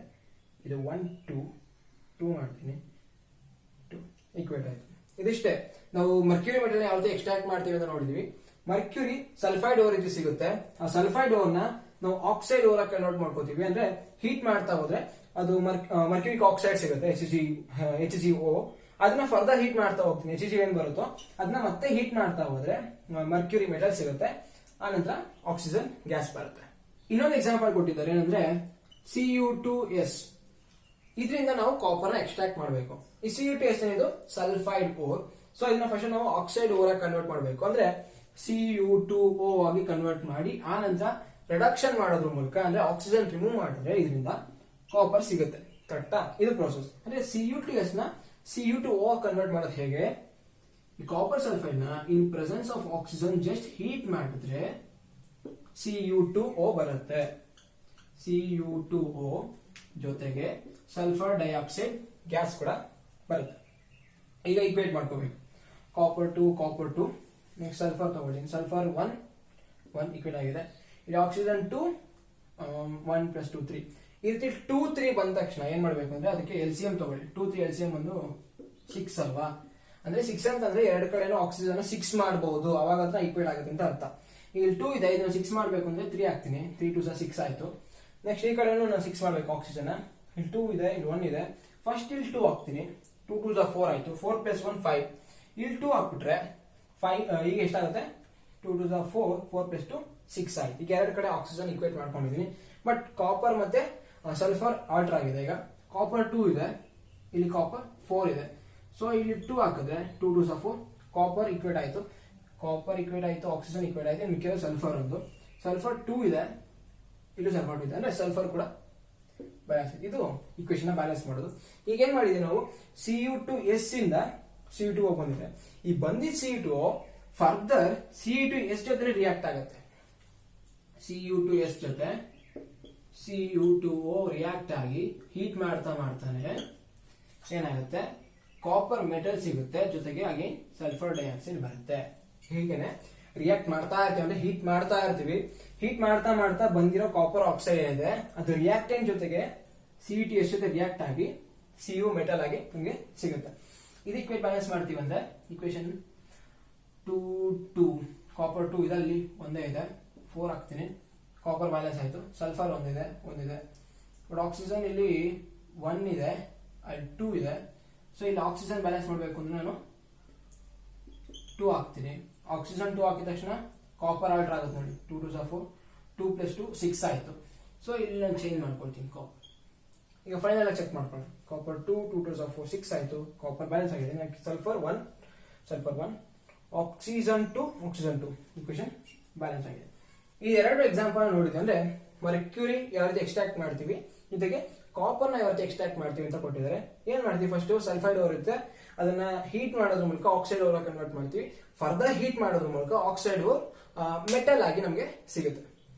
ಈಗ ಮಾಡರೇಟ್ಲಿ ರಿಯಾಕ್ಟಿವ್ ಮೆಟಲ್ ಅಥವಾ ಮಿಡಲ್ ರಿಯಾಕ್ಟಿವಿಟಿ ಸೀರೀಸ್ ನಲ್ಲಿರೋ ಮೆಟಲ್ಸ್ ಗಳನ್ನ ಯಾವ ರೀತಿ ಎಕ್ಸ್ಟ್ರಾಕ್ಟ್ ಮಾಡೋದಂತ ನೋಡೋಣ. ಈ ಸೀರೀಸ್ ಅಲ್ಲಿ ಯಾವ ಮೆಟಲ್ಸ್ ಗಳು ಬರುತ್ತೆ? Zinc, iron, lead and copper. ಹೆಚ್ಚಾಗಿ ಈ ಮೆಟಲ್ಸ್ ಗಳು ಸಲ್ಫೈಡ್ ಮತ್ತೆ ಕಾರ್ಬೋನೇಟ್ ಓರ್ ಅಲ್ಲಿ ಸಿಗುತ್ತೆ. ಈ ಅಕಸ್ಮಾತ್ ಸಲ್ಫೈಡ್ ಓರ್ ಅಲ್ಲಿ ಸಿಕ್ತು ನಮಗೆ, ಯಾವುದು? ZnS. ಈಗ ZnS ಇಂದ ನಮಗೆ ಜಿಂಕ್ ಮೆಟಲ್ ಬೇಕು. ಫಸ್ಟ್ ಏನ್ ಮಾಡ್ತೀವಿ? ಸಲ್ಫೈಡ್ ಓರ್ ಆಗಿರೋದ್ರಿಂದ ಫಸ್ಟ್ ಆಕ್ಸೈಡ್ ಓರ್ ಕನ್ವರ್ಟ್ ಮಾಡ್ಕೋತೀನಿ, ZnO. ಆಮೇಲೆ ಬೈ ರಿಡಕ್ಷನ್ ಮೆಥಡ್ ನಾನು ಅದನ್ನ ಜಿಂಕ್ ಆಗಿ ಮೆಟಲ್ ರೀತಿ ತಗೊಳ್ತೀನಿ. ಓಕೆ, ಈಗ ಸಲ್ಫೈಡ್ ಓರ್ ನ ಆಕ್ಸೈಡ್ ಓರ್ ಆಗಿ ಕನ್ವರ್ಟ್ ಮಾಡೋದು ಹೇಗೆ? ಈಗ ನನಗೆ ZnS ಸಿಕ್ಕಿದೆ. ಈ ZnS ನಾನು in presence of excess of air heat ಮಾಡ್ತೀನಿ. ಅಂದ್ರೆ ಸಲ್ಫೈಡ್ ಓರ್ ಆಗಿದ್ದಾಗ heating strongly in presence of excess of air. Air ಅಲ್ಲಿ ಏನಿರುತ್ತೆ? ಆಕ್ಸಿಜನ್ ಇರುತ್ತೆ. ಅಂದ್ರೆ ಈ ZnS ನ in presence of oxygen, excess of oxygen heat ಮಾಡ್ತಾ ಹೋದ್ರೆ ಅದು ಆಕ್ಸೈಡ್ ಓರ್ ಆಗಿ ಕನ್ವರ್ಟ್ ಆಗುತ್ತೆ. ಈ ಒಂದು ಪ್ರೋಸೆಸ್ ನ ಅಂದ್ರೆ ಎಕ್ಸೆಸ್ ಆಫ್ ಏರ್ ಅಲ್ಲಿ ಹೀಟ್ ಮಾಡೋ ಪ್ರೋಸೆಸ್ ನ ನಾವು ರೋಸ್ಟಿಂಗ್ ಅಂತ ಕರಿತೀವಿ. ಅಂದ್ರೆ ಈ ಒಂದು ಮಿಡಲ್ ರಿಯಾಕ್ಟಿವ್ ಸೀರೀಸ್ ಅಲ್ಲಿ ಬರೋ ಮೆಟಲ್ಸ್ ಗಳು ಸಲ್ಫೈಡ್ ಓರ್ ರೀತಿ ಸಿಕ್ಕಿದ್ರೆ ಆಗ ನಾವು ರೋಸ್ಟಿಂಗ್ ಮೂಲಕ ಸಲ್ಫೈಡ್ ಓರ್ ನಾವು ಆಕ್ಸೈಡ್ ಓರ್ ಆಗಿ ಕನ್ವರ್ಟ್ ಮಾಡಬಹುದು. ಈಗ ರಿಯಾಕ್ಷನ್ ಬರೀತೀನಿ ಅಂದ್ರೆ ZnS ನ ಆಕ್ಸಿಜನ್ ಜೊತೆ ರಿಯಾಕ್ಟ್ ಮಾಡ್ತಾ ಇದ್ದೀನಿ, ಹೀಟ್ ಮಾಡ್ತಾ ಇದ್ದೀನಿ. ಆಗ ನಮ್ಗೆ ಏನ್ ಬರುತ್ತೆ? ಜಿಂಕ್ ಆಕ್ಸೈಡ್ ಬರುತ್ತೆ, ZnO ಜೊತೆಗೆ ಸಲ್ಫರ್ ಡೈಆಕ್ಸೈಡ್. ಈಕ್ವೇಟ್ ಮಾಡ್ಬೇಕಾ? Zinc 1 sulphur 1 2 3. ಯಾವಾಗ 2 3 ಬರುತ್ತೋ ಆಗ LCM ತಗೊಳ್ಳಿ. 2 3 6. ಅಂದ್ರೆ ಎರಡು ಕಡೆನೂ ಕೂಡ ಆಕ್ಸಿಜನ್ 6 ಮಾಡ್ಬೇಕಾಗತ್ತೆ ಅಂತ ಅರ್ಥ. ಇಲ್ಲಿ 2 ಇದೆ, ಇದನ್ನ 6 ಮಾಡ್ಬೇಕು ಅಂದ್ರೆ 3 ಹಾಕ್ತೀನಿ. 3 2 6. ಈಗ ಈ ಕಡೆ 1 2 3 ಇದೆ. ಏನ್ ಮಾಡ್ತೀನಿ? ಫಸ್ಟ್ ಇಲ್ಲಿ 2 ಹಾಕ್ತೀನಿ. ಕರೆಕ್ಟಾ? 2 2 4 ಆಯ್ತು. 4 + 1 5 ಆಯ್ತು. ಈಗ ಈ ಕಡೆ 6 ಮಾಡ್ಬೇಕು ಅಂದ್ರೆ ಇನ್ನೊಂದು 2 ಹಾಕ್ತೀನಿ ನೋಡಿ. 2 2 4 4 + 2 6 ಆಯ್ತು. ಈಗ ಆಕ್ಸಿಜನ್ ಈಕ್ವೇಟ್ ಆಯ್ತು. ಆಕ್ಸಿಜನ್ ಈಕ್ವೇಟ್ ಆಯ್ತು. ಜಿಂಕ್ ಬಂದ್ರೆ ಜಿಂಕ್ 1 ಇದೆ, ಇಲ್ಲಿ 2 ಇದೆ, ಇಲ್ಲಿ 2 ಹಾಕಿದ್ರೆ ಜಿಂಕ್ ಕೂಡ ಈಕ್ವೇಟ್ ಆಯ್ತು, ಜಿಂಕ್ ಕೂಡ ಈಕ್ವೇಟ್ ಆಯ್ತು. ಇನ್ನು ಒಂದು ಸಲ್ಫರ್ 2 ಇದೆ, ಇಲ್ಲೂ ಕೂಡ ಸಲ್ಫರ್ 2 ಇದೆ, ಸಲ್ಫರ್ ಕೂಡ ಈಕ್ವೇಟ್ ಆಯ್ತು. ಈ ಸಲ್ಫೈಡ್ ಓರ್ ಆಗಿದ್ದಾಗ ನಾವು ರೋಸ್ಟಿಂಗ್ ಮಾಡ್ತೀವಿ. ಬಟ್ ಅಕಸ್ಮಾತ್ ನಾವು ಕಾರ್ಬೋನೇಟ್ ಓರ್ ಆಗಿತ್ತಪ್ಪ, ಅವಾಗ ಏನ್ ಮಾಡ್ತೀವಿ? Carbonate ore. ಇಲ್ಲೂ ಕೂಡ ಎಕ್ಸಾಂಪಲ್ ಜಿಂಕ್ ನೇ ತಗೊಳ್ತೀವಿ, ಜಿಂಕ್ ಕಾರ್ಬೋನೇಟ್. ಒಂದು ವರ್ಕ್ ಪ್ರಶ್ನೆ ಜಿಂಕ್ ಕಾರ್ಬೋನೇಟ್ ಸಿಕ್ತಪ್ಪ, ZnCO3. ಅದನ್ನ ನಾವು ಜಿಂಕ್ ಮೆಟಲ್ ಆಗಿ ಯಾವ ರೀತಿ ಕನ್ವರ್ಟ್ ಮಾಡೋದು? ಅದು ಅಷ್ಟೇ, ZnCO3 ನ ZnO ಅಥವಾ ಆಕ್ಸೈಡ್ ಓರ್ ಕನ್ವರ್ಟ್ ಮಾಡ್ತೀವಿ. ಆ ನಂತರ ಬೈ ರಿಡಕ್ಷನ್ ಜಿಂಕ್ ಆಗಿ ತಗೊಳ್ತೀವಿ. ಬಟ್ ಈ ಕ್ವಶನ್ ಏನು ಅಂದ್ರೆ ZnCO3 ನ ZnO ಆಗಿ ಯಾವ ರೀತಿ ಕನ್ವರ್ಟ್ ಮಾಡ್ತೀರಾ? ಇಲ್ಲೂ ಅಷ್ಟೇ, ನಾವು ZnCO3 ನ ಹೀಟ್ ಮಾಡ್ತೀವಿ, but in limited amount of air. Heating strongly in limited amount of air. ಕೆಲವೊಂದ್ಸಲಿ ಇನ್ ಆಬ್ಸೆನ್ಸ್ ಆಫ್ ಏರ್ ಅಂತ ಬರೀತಾರೆ, ಆ ರೀತಿ ಬರೀಬಾರದು. ಏನಕ್ಕೆ ಅಂದ್ರೆ ನಾವು ಏನು ಸ್ಮಾಲ್ ಅಮೌಂಟ್ ಆಫ್ ಏರ್ ತಗೊಂಡಿದೀವಿ, ಅದ್ರಲ್ಲಿ ಆಕ್ಸಿಜನ್ ಇರುತ್ತಲ್ಲ, ಆಕ್ಸಿಜನ್ ಈ ಹೀಟ್ ಮಾಡೋದಕ್ಕೆ ಅಲ್ಲೊಂದು ಕಂಬಷನ್ ಆಗಿರುತ್ತಲ್ಲ, ಅದಕ್ಕೆ ಹೆಲ್ಪ್ ಮಾಡುತ್ತೆ. ಬಟ್ ಇಲ್ಲಿ ಎಕ್ಸೆಸ್ ಆಫ್ ಏರ್ ಅಲ್ಲಿ ಏನಾಗುತ್ತೆ, ಈ ಒಂದು ಪ್ರೋಸೆಸ್ ಅಲ್ಲಿ ಆ ಬಂದಿರೋ ಆಕ್ಸಿಜನ್ ಹೀಟ್ ಮಾಡೋದಕ್ಕೆ ಅಲ್ಲೊಂದು ಕಂಬಷನ್ ಆಗುತ್ತಲ್ಲ, ಅಲ್ಲೂ ಸಪೋರ್ಟ್ ಮಾಡುತ್ತೆ. ಜೊತೆಗೆ ಅದು ಬಂದ್ಬಿಟ್ಟು ZnH ಜೊತೆಗೂ ರಿಯಾಕ್ಟ್ ಆಗುತ್ತೆ.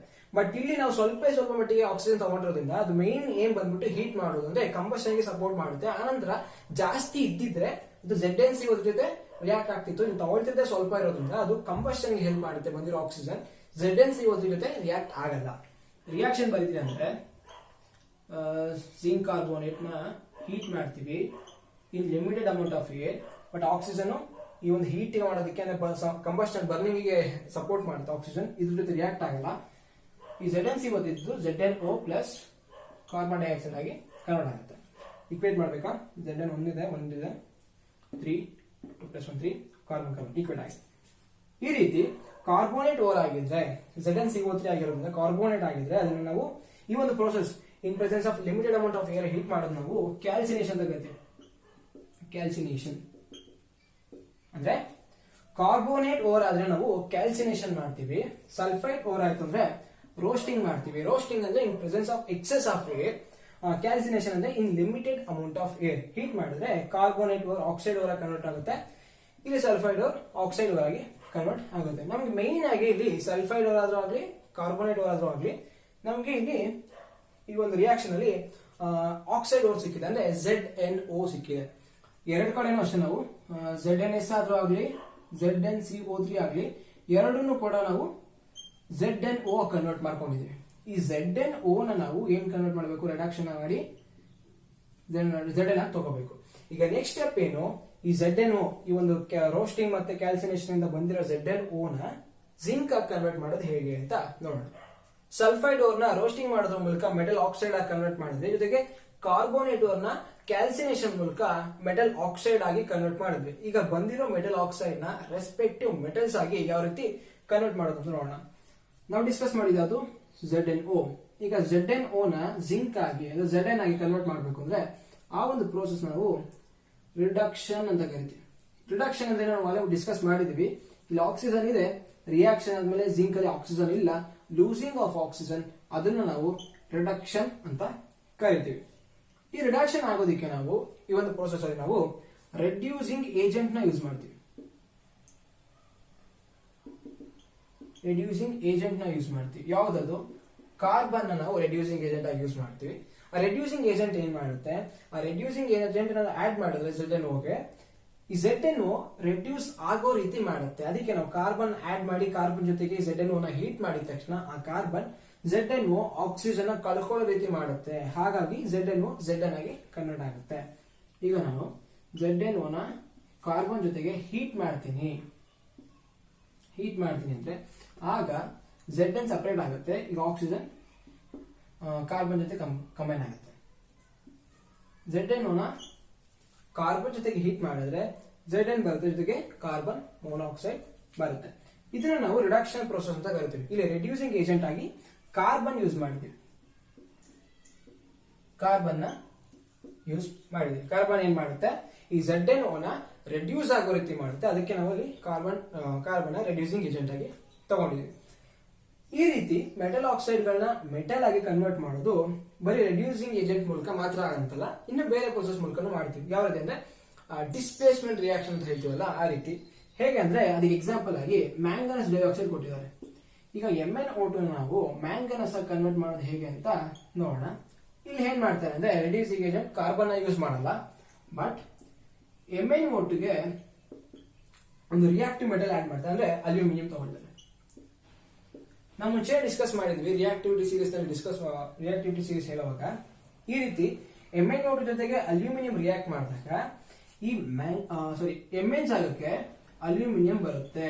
ಅಂದ್ರೆ ಈ MnO2 ಇದ್ದು ಅಲ್ಯೂಮಿನಿಯಂ ಆಕ್ಸೈಡ್ ಆಗಿ ಕನ್ವರ್ಟ್ ಆಗುತ್ತೆ. ಯಾಕಂದ್ರೆ ಅಲ್ಯೂಮಿನಿಯಂ ಮ್ಯಾಂಗನಸ್ ಗಿಂತ ತುಂಬಾ ರಿಯಾಕ್ಟಿವ್ ಮೆಟಲ್, ಅದಕ್ಕೆ ಅಲ್ಯೂಮಿನಿಯಂ ನಾವು ಹೈ ರಿಯಾಕ್ಟಿವ್ ಮೆಟಲ್ಸ್ ಅಂತ ಕರಿತೀವಿ. ಹಾಗಾಗಿ ಈ MnO2 ನ ಅಲ್ಯೂಮಿನಿಯಂ ಜೊತೆ ರಿಯಾಕ್ಟ್ ಮಾಡಿದ ತಕ್ಷಣ ಅದು ಅಲ್ಯೂಮಿನಿಯಂ ಆಕ್ಸೈಡ್ ಆಗುತ್ತೆ. ಅಂದ್ರೆ ಅಲ್ಯೂಮಿನಿಯಂ ಒಂದು ಆಕ್ಸಿಜನ್ ಜೊತೆ ಕಂಬೈನ್ ಆಗುತ್ತೆ, ಈ ಮ್ಯಾಂಗನಸ್ ಏನಿದೆ ಅದು ಸಪರೇಟ್ ಆಗುತ್ತೆ. ಈಗ ಪ್ರಾಡಕ್ಟ್ ಆಗಿ ಮ್ಯಾಂಗನಸ್ ಬರುತ್ತೆ, ಜೊತೆಗೆ ಅಲ್ಯೂಮಿನಿಯಂ ಆಕ್ಸೈಡ್ Al2O3 ಬರುತ್ತೆ. ಈಗ ಇದು ಇಕ್ವೇಶನ್ ಬ್ಯಾಲೆನ್ಸ್ ಮಾಡ್ತೀವಿ ಅಂದ್ರೆ Al2 ಫಸ್ಟ್ ಮೆಟಲ್ಸ್ ಗಳನ್ನ ತಗೋಣ. ಮ್ಯಾಂಗನಸ್ ಒಂದೇ ಇದೆ, ಅದು ಒಂದೇ ಇದೆ, ಇಲ್ಲಿ ಅಲ್ಯೂಮಿನಿಯಂ ಒಂದಿದೆ, ಎರಡಿದೆ, ಫಸ್ಟ್ 2 ಮಾಡ್ತೀವಿ. ಅಲ್ಯೂಮಿನಿಯಂ ಈಕ್ವೇಟ್ ಆಯ್ತು, ಮ್ಯಾಂಗನಸ್ ಕೂಡ ಈಕ್ವೇಟ್ ಆಗಿದೆ. ನೆಕ್ಸ್ಟ್ ಏನಿದೆ ಆಕ್ಸಿಜನ್, ಫೈನಲ್ ಆಗಿ ಆಕ್ಸಿಜನ್ 2 ಇದೆ, ಇಲ್ಲಿ 3 ಇದೆ. ಯಾವಾಗ 2, 3 ಬಂತು ಅಂದ ತಕ್ಷಣ ನೀವು ಫಸ್ಟ್ ಏನ್ ಮಾಡ್ಬೇಕು, ಎಲ್ಸಿಎಂ ತಗೊಳ್ಳಿ, 6 ಆಗುತ್ತೆ. ನೀವು ಎರಡು ಕಡೆನೂ ಆಕ್ಸಿಜನ್ 6 ಮಾಡೋದಕ್ಕೆ ಟ್ರೈ ಮಾಡಿ. ಈಗ ಇಲ್ಲಿ ನಾನು 6 ಮಾಡಬೇಕು ಅಂತ ಏನ್ ಮಾಡ್ಬೇಕು, ಇದನ್ನ 2 ಇದೆ 6 ಮಾಡಬೇಕು ಅಂದ್ರೆ 3 ಹಾಕ್ತೀನಿ. 3 2s 6.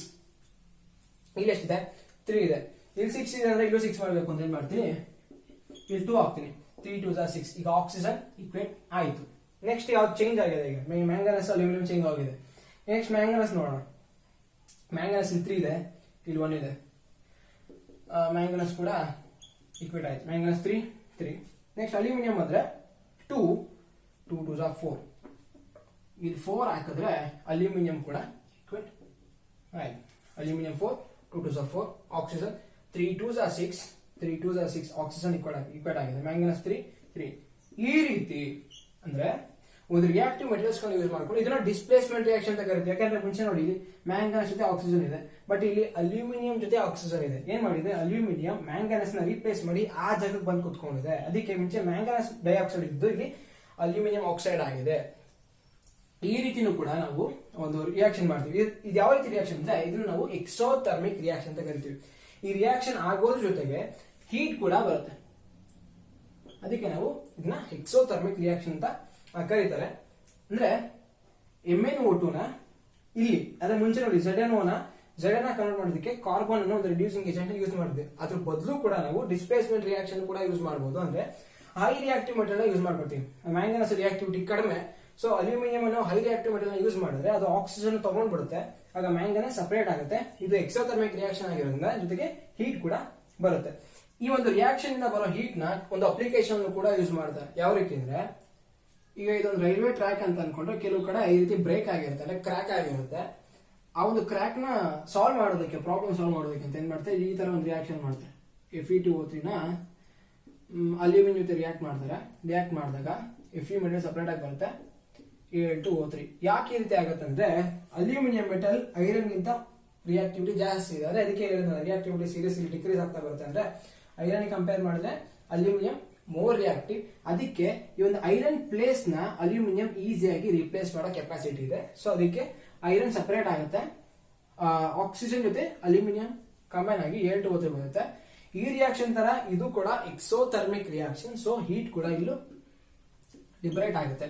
ಯಾವಾಗ ಈ ರಿಯಾಕ್ಷನ್ ಮಾಡ್ತೀವೋ ಇಲ್ಲಿ ನಾವು ರಿಯಾಕ್ಷನ್ ಮಾಡಿದಾಗ ಬರೋ ಹೀಟ್ ಇಂದ ಇಲ್ಲಿ ಮೆಟಲ್ ಮೆಲ್ಟ್ ಆಗ್ಬಿಟ್ಟು ಆ ಒಂದು ಕ್ರ್ಯಾಕ್ ಜಾಗದಲ್ಲಿ ಒಂದು ಐರನ್ ಫಿಲ್ ಆಗುತ್ತೆ. ಸೊ ಅಲ್ಲೊಂದು ಪ್ರಾಬ್ಲಮ್ ಸಾಲ್ವ್ ಆಗುತ್ತೆ. ಈ ರೀತಿ ಈ ಒಂದು ರಿಯಾಕ್ಷನ್ ಬರೋ ಹೀಟ್ ಕೂಡ ಒಂದು ಅಪ್ಲಿಕೇಶನ್ ಅಲ್ಲಿ ಯೂಸ್ ಮಾಡ್ಕೊಳ್ತಾರೆ. ಈಗ ಹೈ ರಿಯಾಕ್ಟಿವ್ ಮೆಟೀರಿಯಲ್ಸ್ ಗಳನ್ನ ಯಾವ ರೀತಿ ಎಕ್ಸ್ಟ್ರಾಕ್ಟ್ ಮಾಡೋದು ಅಂತ ನೋಡೋಣ. ಈ ಒಂದು ಸೀರೀಸ್ ಅಲ್ಲಿ ಯಾವ ಮೆಟೀರಿಯಲ್ಸ್ ಗಳು ಬರ್ತಾವೆ ಅಂದ್ರೆ potassium, sodium, calcium, magnesium and aluminium. ನಮ್ಗೆ ಗೊತ್ತಿರೋ ಹಾಗೆ ಇಷ್ಟು ಮೆಟೀರಿಯಲ್ಸ್ ಗಳು ಕೂಡ ತುಂಬಾ ರಿಯಾಕ್ಟಿವ್ ಮೆಟೀರಿಯಲ್ಸ್. ಸೊ ಇವು ರಿಯಾಕ್ಟಿವ್ ಮೆಟಲ್ಸ್ ಆಗಿರೋದ್ರಿಂದ ಈ ಮೆಟಲ್ಸ್ ಗಳ ಮೆಟಲ್ ಆಕ್ಸೈಡ್ಸ್ ನ ಡೈರೆಕ್ಟ್ ಆಗಿ ಮೆಟಲ್ಸ್ ಆಗಿ ನಾವು ರೆಡ್ಯೂಸಿಂಗ್ ಏಜೆಂಟ್ ನ ಯೂಸ್ ಮಾಡಿಕೊಂಡು ರಿಡಕ್ಷನ್ ನ ಮಾಡಕ್ಕೆ ಆಗಲ್ಲ.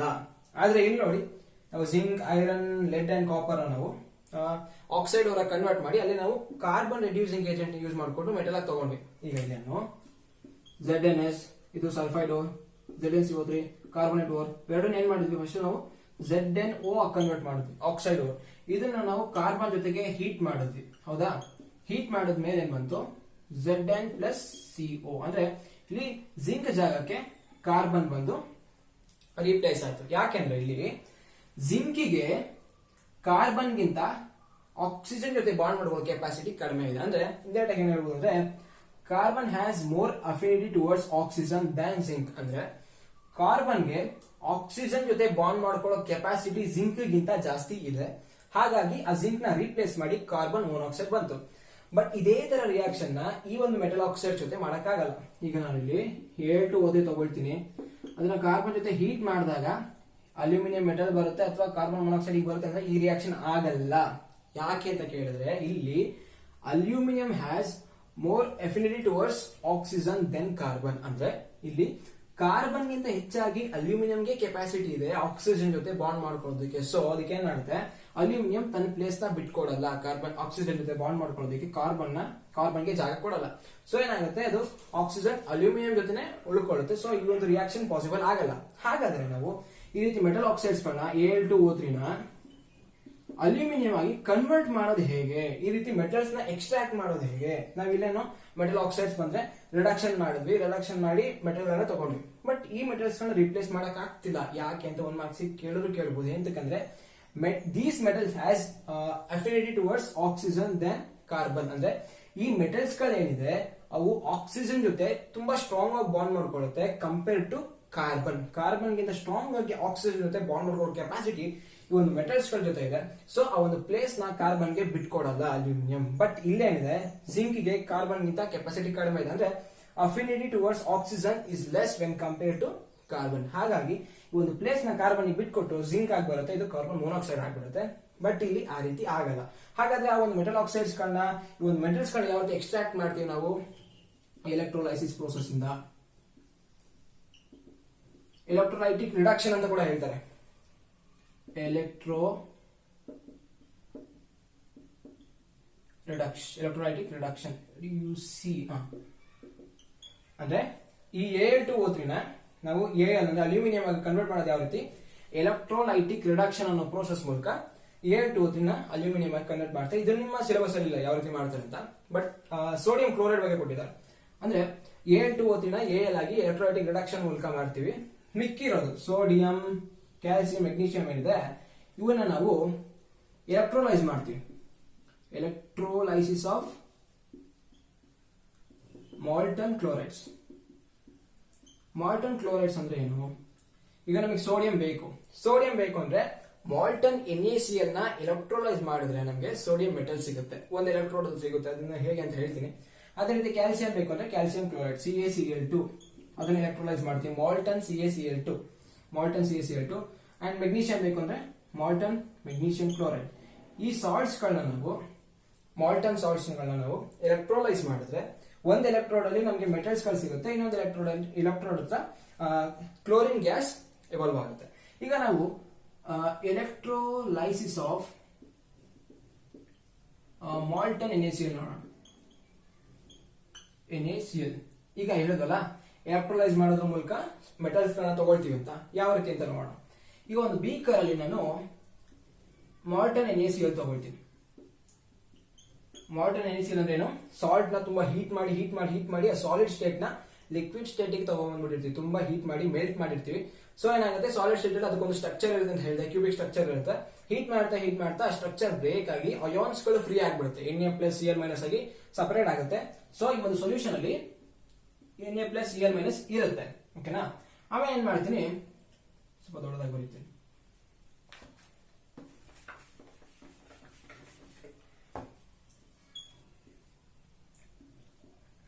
Na+Cl- ಎಲ್ಲ ಇರುತ್ತೆ, ಎಷ್ಟೊಂದು ಇರುತ್ತೆ. ಒಂದೊಂದೇ ರೆಪ್ರೆಸೆಂಟ್ ಮಾಡಿದ್ದೀನಿ. ಎಲೆಕ್ಟ್ರೋಡ್ಸ್ ಗಳು ತಗೊಳ್ತೀನಿ. ಎಲೆಕ್ಟ್ರೋಲೈಸಿಸ್ ಅನ್ನ ಎಲೆಕ್ಟ್ರೋಡ್ಸ್ ಇರಬೇಕು. ಎಲೆಕ್ಟ್ರೋಡ್ಸ್ ಗಳಿಗೆ ಬ್ಯಾಟರಿನ ಕನೆಕ್ಟ್ ಮಾಡಬೇಕಾಗುತ್ತೆ. ಇದು ಬ್ಯಾಟರಿಯ ಪಾಸಿಟಿವ್ ಟರ್ಮಿನಲ್, ಇದು ನೆಗೆಟಿವ್ ಟರ್ಮಿನಲ್. ಬ್ಯಾಟರಿಯ ಪಾಸಿಟಿವ್ ಟರ್ಮಿನಲ್ ಕನೆಕ್ಟ್ ಮಾಡಿರೋದು ಎಲೆಕ್ಟ್ರೋಡ್ ನಾವು ಆನೋಡ್ ಅಂತ ಕರಿತೀವಿ. ಇದು cathode. Okay, anode positive potential ಇದೆ, ಕ್ಯಾಥೋಡ್ ನೆಗೆಟಿವ್ ಪೊಟೆನ್ಶಿಯಲ್ ಇದೆ. ಸೊ ಈ Na ಪ್ಲಸ್ ಪಾಸಿಟಿವ್ ಚಾರ್ಜ್ ಆಗಿರೋದ್ರಿಂದ ಇದು ಕ್ಯಾಥೋಡ್ ಕಡೆ ಅಟ್ರಾಕ್ಟ್ ಆಗುತ್ತೆ. ಅದೇ ರೀತಿ ಕ್ಲೋರೈಡ್ ಆನ್ ಅದು ಆನೋಡ್ ಕಡೆ ಅಟ್ರಾಕ್ಟ್ ಆಗುತ್ತೆ. ಬರೀ ಒಂದೇ ಒಂದಲ್ಲ, ಎಷ್ಟೊಂದು Na ಪ್ಲಸ್ ಎಷ್ಟೊಂದು Cl ಮೈನಸ್ ಅಯಾನ್ಸ್ ಗಳಿರುತ್ತೆ, ಅವೆಲ್ಲಾನು ಕೂಡ ಆಪೋಸಿಟ್ ಎಲೆಕ್ಟ್ರೋಡ್ಸ್ ಗಳಿಗೆ ಅಟ್ರಾಕ್ಟ್ ಆಗುತ್ತೆ.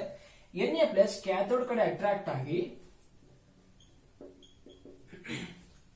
ಒಂದು ಎಲೆಕ್ಟ್ರಾನ್ ತಗೊಂಡು ಸೋಡಿಯಂ ಮೆಟಲ್ ಆಗಿ ಕನ್ವರ್ಟ್ ಆಗುತ್ತೆ ಇಲ್ಲಿ ಕ್ಯಾಥೋಡ್ ಹತ್ರ.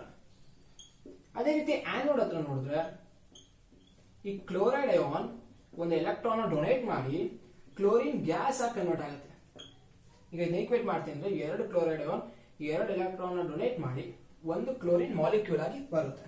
ಅಂದ್ರೆ ಆನೋಡ್ ಹತ್ರ ನಮಗೆ ಕ್ಲೋರಿನ್ ಗ್ಯಾಸ್ ಸಿಗುತ್ತೆ, ಇನ್ನು ಕ್ಯಾಥೋಡ್ ಹತ್ರ ನಮಗೆ ಸೋಡಿಯಂ ಮೆಟಲ್ ಸಿಗುತ್ತೆ. ಇದು electrolysis of molten NaCl. Molten NaCl ನ ಎಲೆಕ್ಟ್ರೋಲೈಸ್ ಮಾಡಿದಾಗ ಕ್ಯಾಥೋಡ್ ಹತ್ರ ಸೋಡಿಯಂ, ಆನೋಡ್ ಹತ್ರ ಕ್ಲೋರಿನ್ ಗ್ಯಾಸ್ ಸಿಗುತ್ತೆ. ಅದೇ ರೀತಿ ನೀವು ಏನಾದ್ರು ಮೆಗ್ನೀಷಿಯಂ ಕ್ಲೋರೈಡ್ ಮಾಡ್ತೀವಿ ಅಂದ್ರೆ ಈ ಕ್ಯಾಥೋಡ್ ಹತ್ರ ಮೆಗ್ನೀಷಿಯಂ ಮೆಟಲ್ ಸಿಗುತ್ತೆ, ಆನೋಡ್ ಹತ್ರ ಕ್ಲೋರಿನ್ ಗ್ಯಾಸ್ ಸಿಗುತ್ತೆ. ಇನ್ನು ಕ್ಯಾಲ್ಸಿಯಂ ಕ್ಲೋರೈಡ್ ಮಾಡ್ತೀವಿ ಅಂದ್ರೆ ಇಲ್ಲಿ ಕ್ಯಾಲ್ಸಿಯಂ ಸಿಗುತ್ತೆ, ಇಲ್ಲಿ ಕ್ಲೋರಿನ್ ಗ್ಯಾಸ್ ಸಿಗುತ್ತೆ. ಈ ರೀತಿ ನಾವು ಎಲೆಕ್ಟ್ರೋಲೈಸಿಸ್ ಆಫ್ ಮಾರ್ಟನ್ ಸಾಲ್ಟ್ಸ್ ಗಳನ್ನ ಮಾಡೋದ್ರ ಮೂಲಕ ಈ sodium and calcium magnesium magnesium metal ಗಳನ್ನ ನಾವು ಎಕ್ಸ್ಟ್ರಾಕ್ಟ್ ಮಾಡ್ತೀವಿ. ಇದುವರೆಗೂ ನಾವು ಯಾವ್ಯಾವ ಮೆಟಲ್ಸ್ ಗಳನ್ನ ಯಾವ್ಯಾವ ರೀತಿ ಎಕ್ಸ್ಟ್ರಾಕ್ಟ್ ಮಾಡ್ತೀವಿ ಅಂತ ಡಿಸ್ಕಸ್ ಮಾಡಿದ್ವಿ. ಅಂದ್ರೆ ಒಂದು ಸಲ್ಫೈಡ್ ಫಾರ್ಮ್ ಅಥವಾ ಕಾರ್ಬೋನೇಟ್ ಫಾರ್ಮ್ ಸಿಕ್ತು ಅಂದ್ರೆ ಅದನ್ನ ನಾವು ಮೆಟಲ್ ಆಕ್ಸೈಡ್ಸ್ ಆಗಿ ಕನ್ವರ್ಟ್ ಮಾಡ್ತೀವಿ. ಆ ನಂತರ ಬೈ ರಿಡಕ್ಷನ್ ಅದನ್ನ ಮೆಟಲ್ ಆಗಿ ಕನ್ವರ್ಟ್ ಮಾಡ್ಕೋತೀವಿ. ಅಕಸ್ಮಾತ್ ಡೈರೆಕ್ಟ್ ಆಗಿ ಮೆಟಲ್ ಆಕ್ಸೈಡ್ ಸಿಕ್ತಪ್ಪ, ಅವಾಗ ಏನ್ ಮಾಡ್ತೀವಿ, ಬೈ ರಿಡಕ್ಷನ್ ಅದನ್ನ ಮೆಟಲ್ ಆಗಿ ಕನ್ವರ್ಟ್ ಮಾಡ್ತೀವಿ. ಅಂದ್ರೆ ಯಾವುದೇ ಆಗ್ಲಿ ಅದು ಸಲ್ಫೈಡ್ ಫಾರ್ಮ್ ಅಥವಾ ಕಾರ್ಬೋನೇಟ್ ಫಾರ್ಮ್ ಅಲ್ಲಿ ಸಿಕ್ಕಿದ್ರೆ ಅದನ್ನ ಫಸ್ಟ್ ನಾವು ಮೆಟಲ್ ಆಕ್ಸೈಡ್ಸ್ ಮಾಡ್ತೀವಿ. ಬೈ ರಿಡಕ್ಷನ್ ಆ ಮೆಟಲ್ ಆಕ್ಸೈಡ್ಸ್ ನ ಮೆಟಲ್ ಆಗಿ ಮಾಡ್ಕೊಳ್ತೀವಿ. ಅಂದ್ರೆ ನಾನು ZnO ಯಾವ ರೀತಿ ಬರುತ್ತೆ, ZnS ZnCO3 ಇಂದ ZnO ತಗೊಳ್ತೀವಿ. ಆನಂತರ ಅದನ್ನ ಇನ್ ಪ್ರೆಸೆನ್ಸ್ ಆಫ್ ಕಾರ್ಬನ್ ಹೀಟ್ ಮಾಡಿದ್ರೆ ಕಾರ್ಬನ್ ರೆಡ್ಯೂಸಿಂಗ್ ಏಜೆಂಟ್, ಸೊ ಇದನ್ನ ZnO ನ ರೆಡ್ಯೂಸ್ ಮಾಡುತ್ತೆ Zn ಗೆ. ಈ ರೀತಿ ಇದನ್ನ ಏನಂತೀವಿ, ಈ ಒಂದು ರಿಯಾಕ್ಷನ್ ನಾವು ರಿಡಕ್ಷನ್ ಅಂತ ಕರಿತೀವಿ. ಈ ರಿಡಕ್ಷನ್ ಮೂಲಕ ಬರುವಂತ ಎಲ್ಲಾ ಮೆಟಲ್ಸ್ ಗಳು ಪ್ಯೂರ್ ಆಗಿರುತ್ತಾ. ಈಗ ಜಿಂಕ್ ಮೆಟಲ್ ಏನ್ ಸಿಕ್ಕಿದೆ, ಇದು ಪ್ಯೂರ್ ಅಂತ ಕೇಳಿದ್ರೆ ಇಲ್ಲ, ಈ ಬಂದಿರೋ ಜಿಂಕ್ ಅಲ್ಲೂ ಕೂಡ ಸ್ವಲ್ಪ ಮಟ್ಟಿಗೆ ಇಂಪ್ಯೂರಿಟೀಸ್ ಇರುತ್ತೆ. ಅವಾಗ ಏನ್ ಮಾಡ್ತೀವಿ, ಈ ಬೈ ರಿಡಕ್ಷನ್ ಮೆಟಲ್ ಆಕ್ಸೈಡ್ಸ್ ಗಳನ್ನ ರಿಡಕ್ಷನ್ ಮೂಲಕ ಮೆಟಲ್ ಆಗಿ ತಗೊಂಡಿರ್ತೀವಲ್ಲ, ಆ ಮೆಟಲ್ ಅಲ್ಲಿ ಸ್ವಲ್ಪ ಮಟ್ಟಿಗೆ ಇಂಪ್ಯೂರಿಟೀಸ್ ಇರುತ್ತೆ. ಆ ಇಂಪ್ಯೂರಿಟೀಸ್ ನ ರಿಮೂವ್ ಮಾಡೋ ಪ್ರೋಸೆಸ್ ನ ನಾವು ರಿಫೈನಿಂಗ್ ಆಫ್ ಮೆಟಲ್ಸ್ ಅಂತ ಕರಿತೀವಿ. ಏನಂತ ಹೇಳಿ, ಬೈ ರಿಡಕ್ಷನ್ ಮೆಟಲ್ ಆಕ್ಸೈಡ್ಸ್ ಗಳನ್ನ ಮೆಟಲ್ ಆಗಿ ಕನ್ವರ್ಟ್ ಮಾಡ್ತೀವಿ. ಯಾವ ಪ್ರೋಸೆಸ್ ಇಂದ, ರಿಡಕ್ಷನ್ ಮೂಲಕ. ಸೊ ಆ ಬಂದಿರೋ ಮೆಟಲ್ ಅಲ್ಲಿ ಸ್ವಲ್ಪ ಮಟ್ಟಿಗೆ ಇಂಪ್ಯೂರಿಟೀಸ್ ಇರುತ್ತೆ, ಆ ಇಂಪ್ಯೂರಿಟೀಸ್ ನ ರಿಮೂವ್ ಮಾಡೋ ಪ್ರೋಸೆಸ್ ನ ನಾವು ರಿಫೈನಿಂಗ್ ಆಫ್ ಮೆಟಲ್ಸ್ ಅಂತ ಕರಿತೀವಿ. ಮೆಟಲ್ಸ್ ಗಳನ್ನ ರಿಫೈನ್ ಮಾಡೋದಕ್ಕೆ ತುಂಬಾನೇ ಮೆಥಡ್ಸ್ ಗಳಿದಾವೆ. ಅದರಲ್ಲಿ ಹೆಚ್ಚಾಗಿ ಯೂಸ್ ಮಾಡೋದು ಎಲೆಕ್ಟ್ರೋಲೈಟಿಕ್ ರಿಫೈನಿಂಗ್.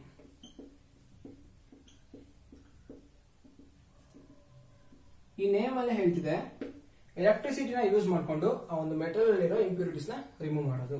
ಹೇಗಂತ ನೋಡೋಣ. ಒಂದು ಬೀಕರ್ ತಗೊಳ್ಳಿ, ಬೀಕರ್ ಅಲ್ಲಿ ಎರಡು ಎಲೆಕ್ಟ್ರೋಡ್ಸ್ ಗಳನ್ನ ತಗೋಬೇಕಾಗುತ್ತೆ. ಒಂದು ಆನೋಡ್, ಇನ್ನೊಂದು ಕ್ಯಾಥೋಡ್. ಯಾವ ಮೆಟಲ್ ನ ರಿಫೈನ್ ಮಾಡಬೇಕು, ಎಕ್ಸಾಂಪಲ್ ಏನು, ಕಾಪರ್ ಅಲ್ಲಿರೋ ಇಂಪ್ಯೂರಿಟೀಸ್ ರಿಮೂವ್ ಮಾಡಬೇಕಾಗುತ್ತೆ. ನನಗೆ ಹೆಂಗೆ ಕಾಪರ್ ಯಾವುದು, ಈಗ ನಾನು ಮುಂಚೆ ಡಿಸ್ಕಸ್ ಮಾಡಿದ್ವಲ್ಲ, ಮೆಟಲ್ ಆಕ್ಸೈಡ್ಸ್ ಮೆಟಲ್ ಆಗಿ ಬೈ ರಿಡಕ್ಷನ್ ಬಂತು ಅಂತ. ಆ ಬಂದಿರೋ ಮೆಟಲ್ ನ ನಾನು ಆನೋಡ್ ಆಗಿ ತಗೊಳ್ತೀನಿ. ಆ ಬಂದಿರೋ ಮೆಟಲ್ ಯಾವುದು, ಇಂಪ್ಯೂರ್ ಮೆಟಲ್ ಅಲ್ವಾ, ಅದು ಅದರಲ್ಲಿ ಇಂಪ್ಯೂರಿಟೀಸ್ ಇರುತ್ತೆ. ಸೊ ಆ ಬಂದಿರೋ ಮೆಟಲ್ ನೇ ಆನೋಡ್ ಮೆಟಲ್ ಆಗಿ ಆನೋಡ್ ಎಲೆಕ್ಟ್ರೋಡ್ ಆಗಿ ಕನ್ಸಿಡರ್ ಮಾಡ್ತೀನಿ. ಅದು ತುಂಬಾ ಥಿಕ್ ಆಗಿರುತ್ತೆ, ಅದು ಆನೋಡ್ ಆಗಿ ಕನ್ಸಿಡರ್ ಮಾಡ್ತೀನಿ. ಇನ್ನು ಕ್ಯಾಥೋಡ್ ಆಗಿ ಯಾವ್ದು ತಗೊಳ್ತೀನಿ, ಅಗೇನ್ ಕಾಪರ್ ತಗೋಬೇಕು. ನಾವು ಯಾವ್ದನ್ನ ಇಂಪ್ಯೂರಿಟೀಸ್ ರಿಮೂವ್ ಮಾಡಬೇಕು, ಈಗ ಕಾಪರ್ ನಾನು ಆನೋಡ್ ಆಗಿ ತಗೊಳ್ತೀನಿ ಅಂದ್ರೆ ಇನ್ನೊಂದು ಪ್ಯೂರ್ ಕಾಪರ್ ನೇ ಕ್ಯಾಥೋಡ್ ಆಗಿ ತಗೋಬೇಕಾಗುತ್ತೆ. ಅದು ತುಂಬಾ ಥಿನ್ ಆಗಿರ್ಬೇಕು, ಥಿನ್ ಮೆಟಲ್ ಶೀಟ್. ಇದ್ಯಾವುದು ಪ್ಯೂರ್ ಮೆಟಲ್. ಇದು ನಮ್ಮ ಹತ್ರ ಇರೋ ಕಾಪರ್ ನ ತಗೊಳ್ತೀನಿ ಮುಂಚೆನೇ ಇರೋದು. ಈಗ ಜಿಂಕ್ ತಗೊಳ್ತೀನಿ, ಜಿಂಕ್ ನಾನು ಕ್ಲೀನ್ ಮಾಡಬೇಕು ಅಂದ್ರೆ ಆ ಒಂದು ರಿಡಕ್ಷನ್ ಮೂಲಕ ಬಂದಿರೋ ಜಿಂಕ್ ನ ಆನೋಡ್ ಆಗಿ ತಗೊಳ್ತೀನಿ. ನಮ್ಮ ಹತ್ರ ಇರೋ ಪ್ಯೂರ್ ಜಿಂಕ್ ನ ಕ್ಯಾಥೋಡ್ ಆಗಿ ತಗೊಳ್ತೀನಿ. ಇದು ಥಿಕ್ ಆಗಿರ್ಬೇಕು, ಇದು ಥಿನ್ ಆಗಿರ್ಬೇಕು. ಅದೇ ರೀತಿ ಎಲೆಕ್ಟ್ರೋಡ್ಸ್ ಗಳನ್ನು ಕೂಡ ಬರೀತೀನಿ. ಇದೇನಿದು, ಇದು ಆನೋಡ್,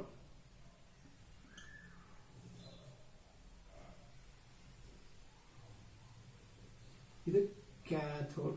ಕ್ಯಾಥೋಡ್ ಅಂದ್ರೆ ಏನು, ನಾವು ಅದನ್ನ ನೆಗೆಟಿವ್ ಪೊಟೆನ್ಷಿಯಲ್ ಕನೆಕ್ಟ್ ಮಾಡಿರ್ತೀವಲ್ವಾ.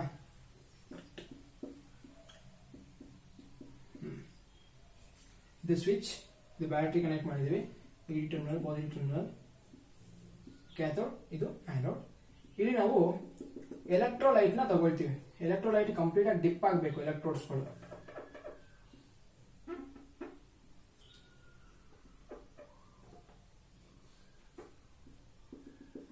ಓಕೆನಾ, ಎಲೆಕ್ಟ್ರೋಡ್ಸ್ ಕಂಪ್ಲೀಟ್ ಆಗಿ ಡಿಪ್ ಆಗಿದೆ. ಇದು ಕೂಡ ಕಾಪರ್, ಇದು ಕೂಡ ಕಾಪರ್. ಈಗ ಎಲೆಕ್ಟ್ರೋಲೈಟ್ ಯಾವ್ದನ್ನ ಕನ್ಸಿಡರ್ ಮಾಡಬೇಕು ಅಂತ, ಈಗ ನಾನು ಕಾಪರ್ ನ ರಿಫೈನಿಂಗ್ ಮಾಡ್ತಿದ್ದೇನೆ, ಆ ಕಾಪರ್ ಇಂಪ್ಯೂರಿಟೀಸ್ ರಿಮೂವ್ ಮಾಡ್ತಿದ್ದೆ ಅಂದ್ರೆ ಆ ಕಾಪರ್ ನ ಮೆಟಲ್ ಸಾಲ್ಟ್ ನೇ ತಗೋಬೇಕಾಗುತ್ತೆ. ಈಗ ಕಾಪರ್ ರಿಫೈನ್ ಮಾಡ್ತಿದ್ರೆ ಕಾಪರ್ ಸಲ್ಫೇಟ್ ನ ಎಲೆಕ್ಟ್ರೋಲೈಟ್ ಆಗಿ ತಗೊಳ್ತೀನಿ. ಅಕಸ್ಮಾತ್ ನಾನು ಜಿಂಕ್ ನ ತಗೊಳ್ತಿದ್ದೀನಿ, ಜಿಂಕ್ ನ ಇಂಪ್ಯೂರಿಟೀಸ್ ರಿಮೂವ್ ಮಾಡ್ತೀನಿ ಅಂದ್ರೆ ಜಿಂಕ್ ಸಲ್ಫೇಟ್ ನ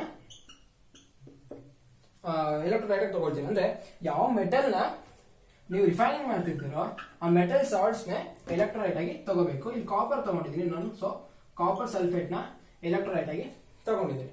ಈಗ ಸ್ವಿಚ್ ಆನ್ ಮಾಡ್ತೀನಿ. ಸ್ವಿಚ್ ಆನ್ ಮಾಡಿದ ತಕ್ಷಣ ಈ ಕಾಪರ್ ಏನಿದೆ, ಕಾಪರ್ ಸಲ್ಫೇಟ್ ಆಗ್ಲೇ Cu2+ ಮತ್ತೆ SO4 ಆಗಿ ಡಿಸೋಸಿಯೇಟ್ ಆಗುತ್ತೆ. ಅಂದ್ರೆ ಈಗ ಒಂದು ಸೊಲ್ಯೂಷನ್ ಅಲ್ಲಿ Cu2+ ಇದೆ, ಜೊತೆಗೆ SO4 ಕೂಡ ಇದೆ. ಈಗ ಈ ಎಲೆಕ್ಟ್ರೋಡ್ಸ್ ಅಲ್ಲಿ ಕರೆಂಟ್ ಫ್ಲೋ ಆಗ್ತಿದ್ದಂಗೆ ಈ ಇಂಪ್ಯೂರ್ ಆನೋಡ್ ಏನಿದೆ ಅಲ್ಲಿರೋ ಕಾಪರ್ ಆಟಮ್, ಈಗ ಇದನ್ನ ನಾನು ಆನೋಡ್ ಅಂತ ತಗೊಂಡ್ರೆ ಇದರಲ್ಲಿ ಕಾಪರ್ ಆಟಮ್ ಕಾಪರ್ ಅಯಾನ್ಸ್ ಗಳಾಗಿ ಬರುತ್ತೆ. ಕಾಪರ್ ಆಟಮ್ ಏನಾಗುತ್ತೆ, ಕಾಪರ್ ಅಯಾನ್ ಆಗಿ 2 ಎಲೆಕ್ಟ್ರಾನ್ಸ್ ನ ಬಿಟ್ಕೊಡ್ಬಿಡುತ್ತೆ. ಅಂದ್ರೆ ಇಲ್ಲಿರೋ ಆನೋಡ್ ಅಲ್ಲಿರೋ ಮೆಟಲ್ ಡಿಸಾಲ್ವ್ ಆಗ್ತಾ ಬರುತ್ತೆ. ಇಲ್ಲಿರೋ ಕಾಪರ್ ಅಯಾನ್ ಆಗಿ ಸೊಲ್ಯೂಷನ್ ಒಳಗಡೆ ಎಂಟ್ರಿ ಆಗುತ್ತೆ. ಸೊಲ್ಯೂಷನ್ ಅಲ್ಲಿ ಆಗ್ಲೇ Cu2+ ಇದೆ.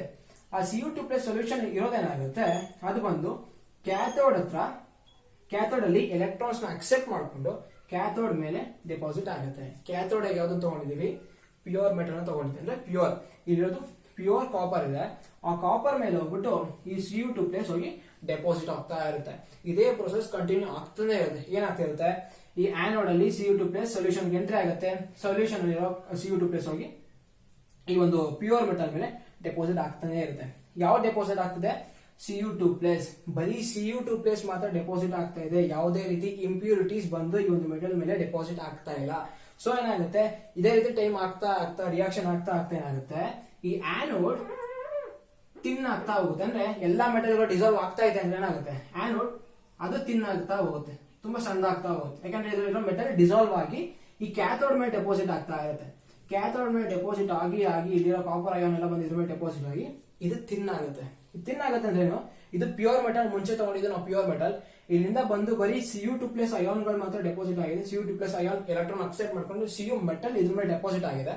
ಸೊ ಇಲ್ಲಿ ಈಗ ನಮಗೆ ಸಿಕ್ಕಿರೋದು ಪ್ಯೂರ್. ಅಂದ್ರೆ ಇಂಡೈರೆಕ್ಟ್ ಆಗಿ ಇಲ್ಲಿರೋ ಮೆಟಲ್ ನ ನಾವು ಇದ್ರ ಮೇಲೆ ಡೆಪಾಸಿಟ್ ಮಾಡಿದೀವಿ. ಅಂದ್ರೆ ಬರೀ ಮೆಟಲ್ಸ್ ಗಳನ್ನ ಮಾತ್ರ. ಅಂದ್ರೆ ಇಂಪ್ಯೂರಿಟೀಸ್ ಎಲ್ಲ ಏನಾಯ್ತು, ಇಂಪ್ಯೂರಿಟೀಸ್ ಈ ಆನೋಡ್ ಕೆಳಗಡೆನೆ ಡೆಪಾಸಿಟ್ ಆಗಿರುತ್ತೆ. ಏನ್ ಇಂಪ್ಯೂರಿಟೀಸ್ ಎಲ್ಲ ಇತ್ತಲ್ಲ ಇದ್ರ ಒಳಗಡೆ, ಅದೆಲ್ಲ ಇಂಪ್ಯೂರಿಟೀಸ್ ಎಲ್ಲ ಇಲ್ಲಿ ಕೆಳಗಡೆ ಡೆಪಾಸಿಟ್ ಆಗಿರುತ್ತೆ. ಪ್ಯೂರ್ ಮೆಟಲ್ ಮಾತ್ರ ಅಯಾನ್ಸ್ ಆಗಿ ಬಂದು ಈ ಒಂದು ಕ್ಯಾಥೋಡ್ ಮೇಲೆ ಡೆಪಾಸಿಟ್ ಆಗುತ್ತೆ. ಈ ಒಂದು ಏನ್ ಇಂಪ್ಯೂರಿಟೀಸ್ ಇದೆಯಲ್ಲ ಅದನ್ನ ನಾವು ಆನೋಡ್ ಮಡ್ ಅಂತ ಕರೀತಾರೆ. ಆನೋಡ್ ಮಡ್, ಇದು ಇಂಪಾರ್ಟೆಂಟ್. ಆನೋಡ್ ಮಡ್ ಅಂದ್ರೆ ಅಂತ ಕೇಳ್ತಾರೆ.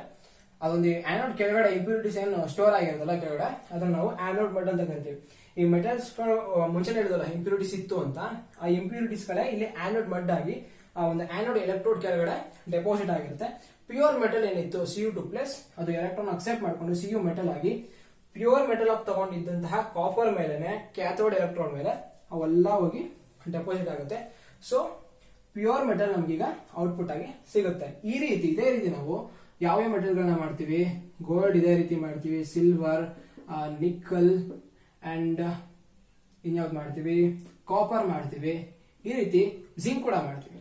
ಇಷ್ಟು ಮೆಟಲ್ಸ್ ಗಳನ್ನ ಎಲೆಕ್ಟ್ರೋಲೈಟಿಕ್ ರಿಫೈನಿಂಗ್ ಮೂಲಕ, ಅಂದ್ರೆ ನಾವು ಮೆಟಲ್ ಆಕ್ಸೈಡ್ಸ್ ಗಳನ್ನ ರಿಡಕ್ಷನ್ ಮೂಲಕ ಮೆಟಲ್ ಆಗಿ ಬಂದಂತಹ ಮೆಟಲ್ ನ ಆನೋಡ್ ಆಗಿ ತಗೊಂಡು ಅವು by electrolytic refining pure metal ಮಾತ್ರ ಟ್ರಾನ್ಸ್ಫರ್ ಆಗಿ ಈ ರೀತಿ ಥಿಕ್ ಪ್ಯೂರ್ ಮೆಟಲ್ ಆಗಿ ಔಟ್ಪುಟ್ ಆಗಿ ಸಿಗುತ್ತೆ ನಮಗೆ. ಅಂದ್ರೆ ಏನು ರಿಫೈನಿಂಗ್ ಆಫ್ ಮೆಟಲ್ ಯಾವ ರೀತಿ ಮಾಡ್ತಾರೆ ಅಂತ ಕೇಳ್ತಾರೆ. ಎಲೆಕ್ಟ್ರೋಲೈಟಿಕ್ ರಿಫೈನಿಂಗ್ ಅಂದ್ರೆ ಏನಂತ ಕೇಳ್ತಾರೆ. ಈಸಿಯಾಗಿ ಈ ರೀತಿ ಅಯಾನ್ಸ್ ಗಳು ಟ್ರಾನ್ಸ್ಫರ್ ಆಗಿ ಪ್ಯೂರ್ ಮೆಟಲ್ ನಮಗೆ ಕ್ಯಾಥೋಡ್ ಹತ್ರ ಸಿಗುತ್ತೆ. ಇದುವರೆಗೂ ಏನ್ ಡಿಸ್ಕಸ್ ಮಾಡಿದ್ವೋ ಅದನ್ನ ಒಂದು ಫ್ಲೋ ಚಾರ್ಟ್ ಮೂಲಕ ಫೈನಲ್ ಆಗಿ ಕನ್ಕ್ಲೂಡ್ ಮಾಡೋಣ. ಈಗ ನಾವು ಒಂದು ಓವರ್ ತಗೊಂಡ್ರೆ ಅಲ್ಲಿ ಸಿಗೋ ಎಲಿಮೆಂಟ್ಸ್ ಮತ್ತೆ ಕಾಂಪೌಂಡ್ಸ್ ಅಲ್ಲಿರೋ ಇಂಪ್ಯೂರಿಟೀಸ್ ನ ಫಸ್ಟ್ ರಿಮೂವ್ ಮಾಡ್ತೀವಿ. ಸೊ ಫಸ್ಟ್ ಸ್ಟೆಪ್ ಬಂದ್ಬಿಟ್ಟು ಕಾನ್ಸಂಟ್ರೇಷನ್ ಆಫ್ ಓರ್ ಅಥವಾ ಎನ್ರಿಚ್ಮೆಂಟ್ ಆಫ್ ಓರ್ ಅಂತ ಕೂಡ ಕರೀತಾರೆ.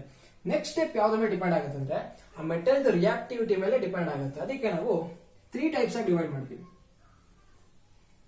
ಮೊದಲನೇದು metals of high reactivity, second ಒಂದು ಬಂದ್ಬಿಟ್ಟು ಮೆಟಲ್ಸ್ ಆಫ್ ಮೀಡಿಯಂ ರಿಯಾಕ್ಟಿವಿಟಿ,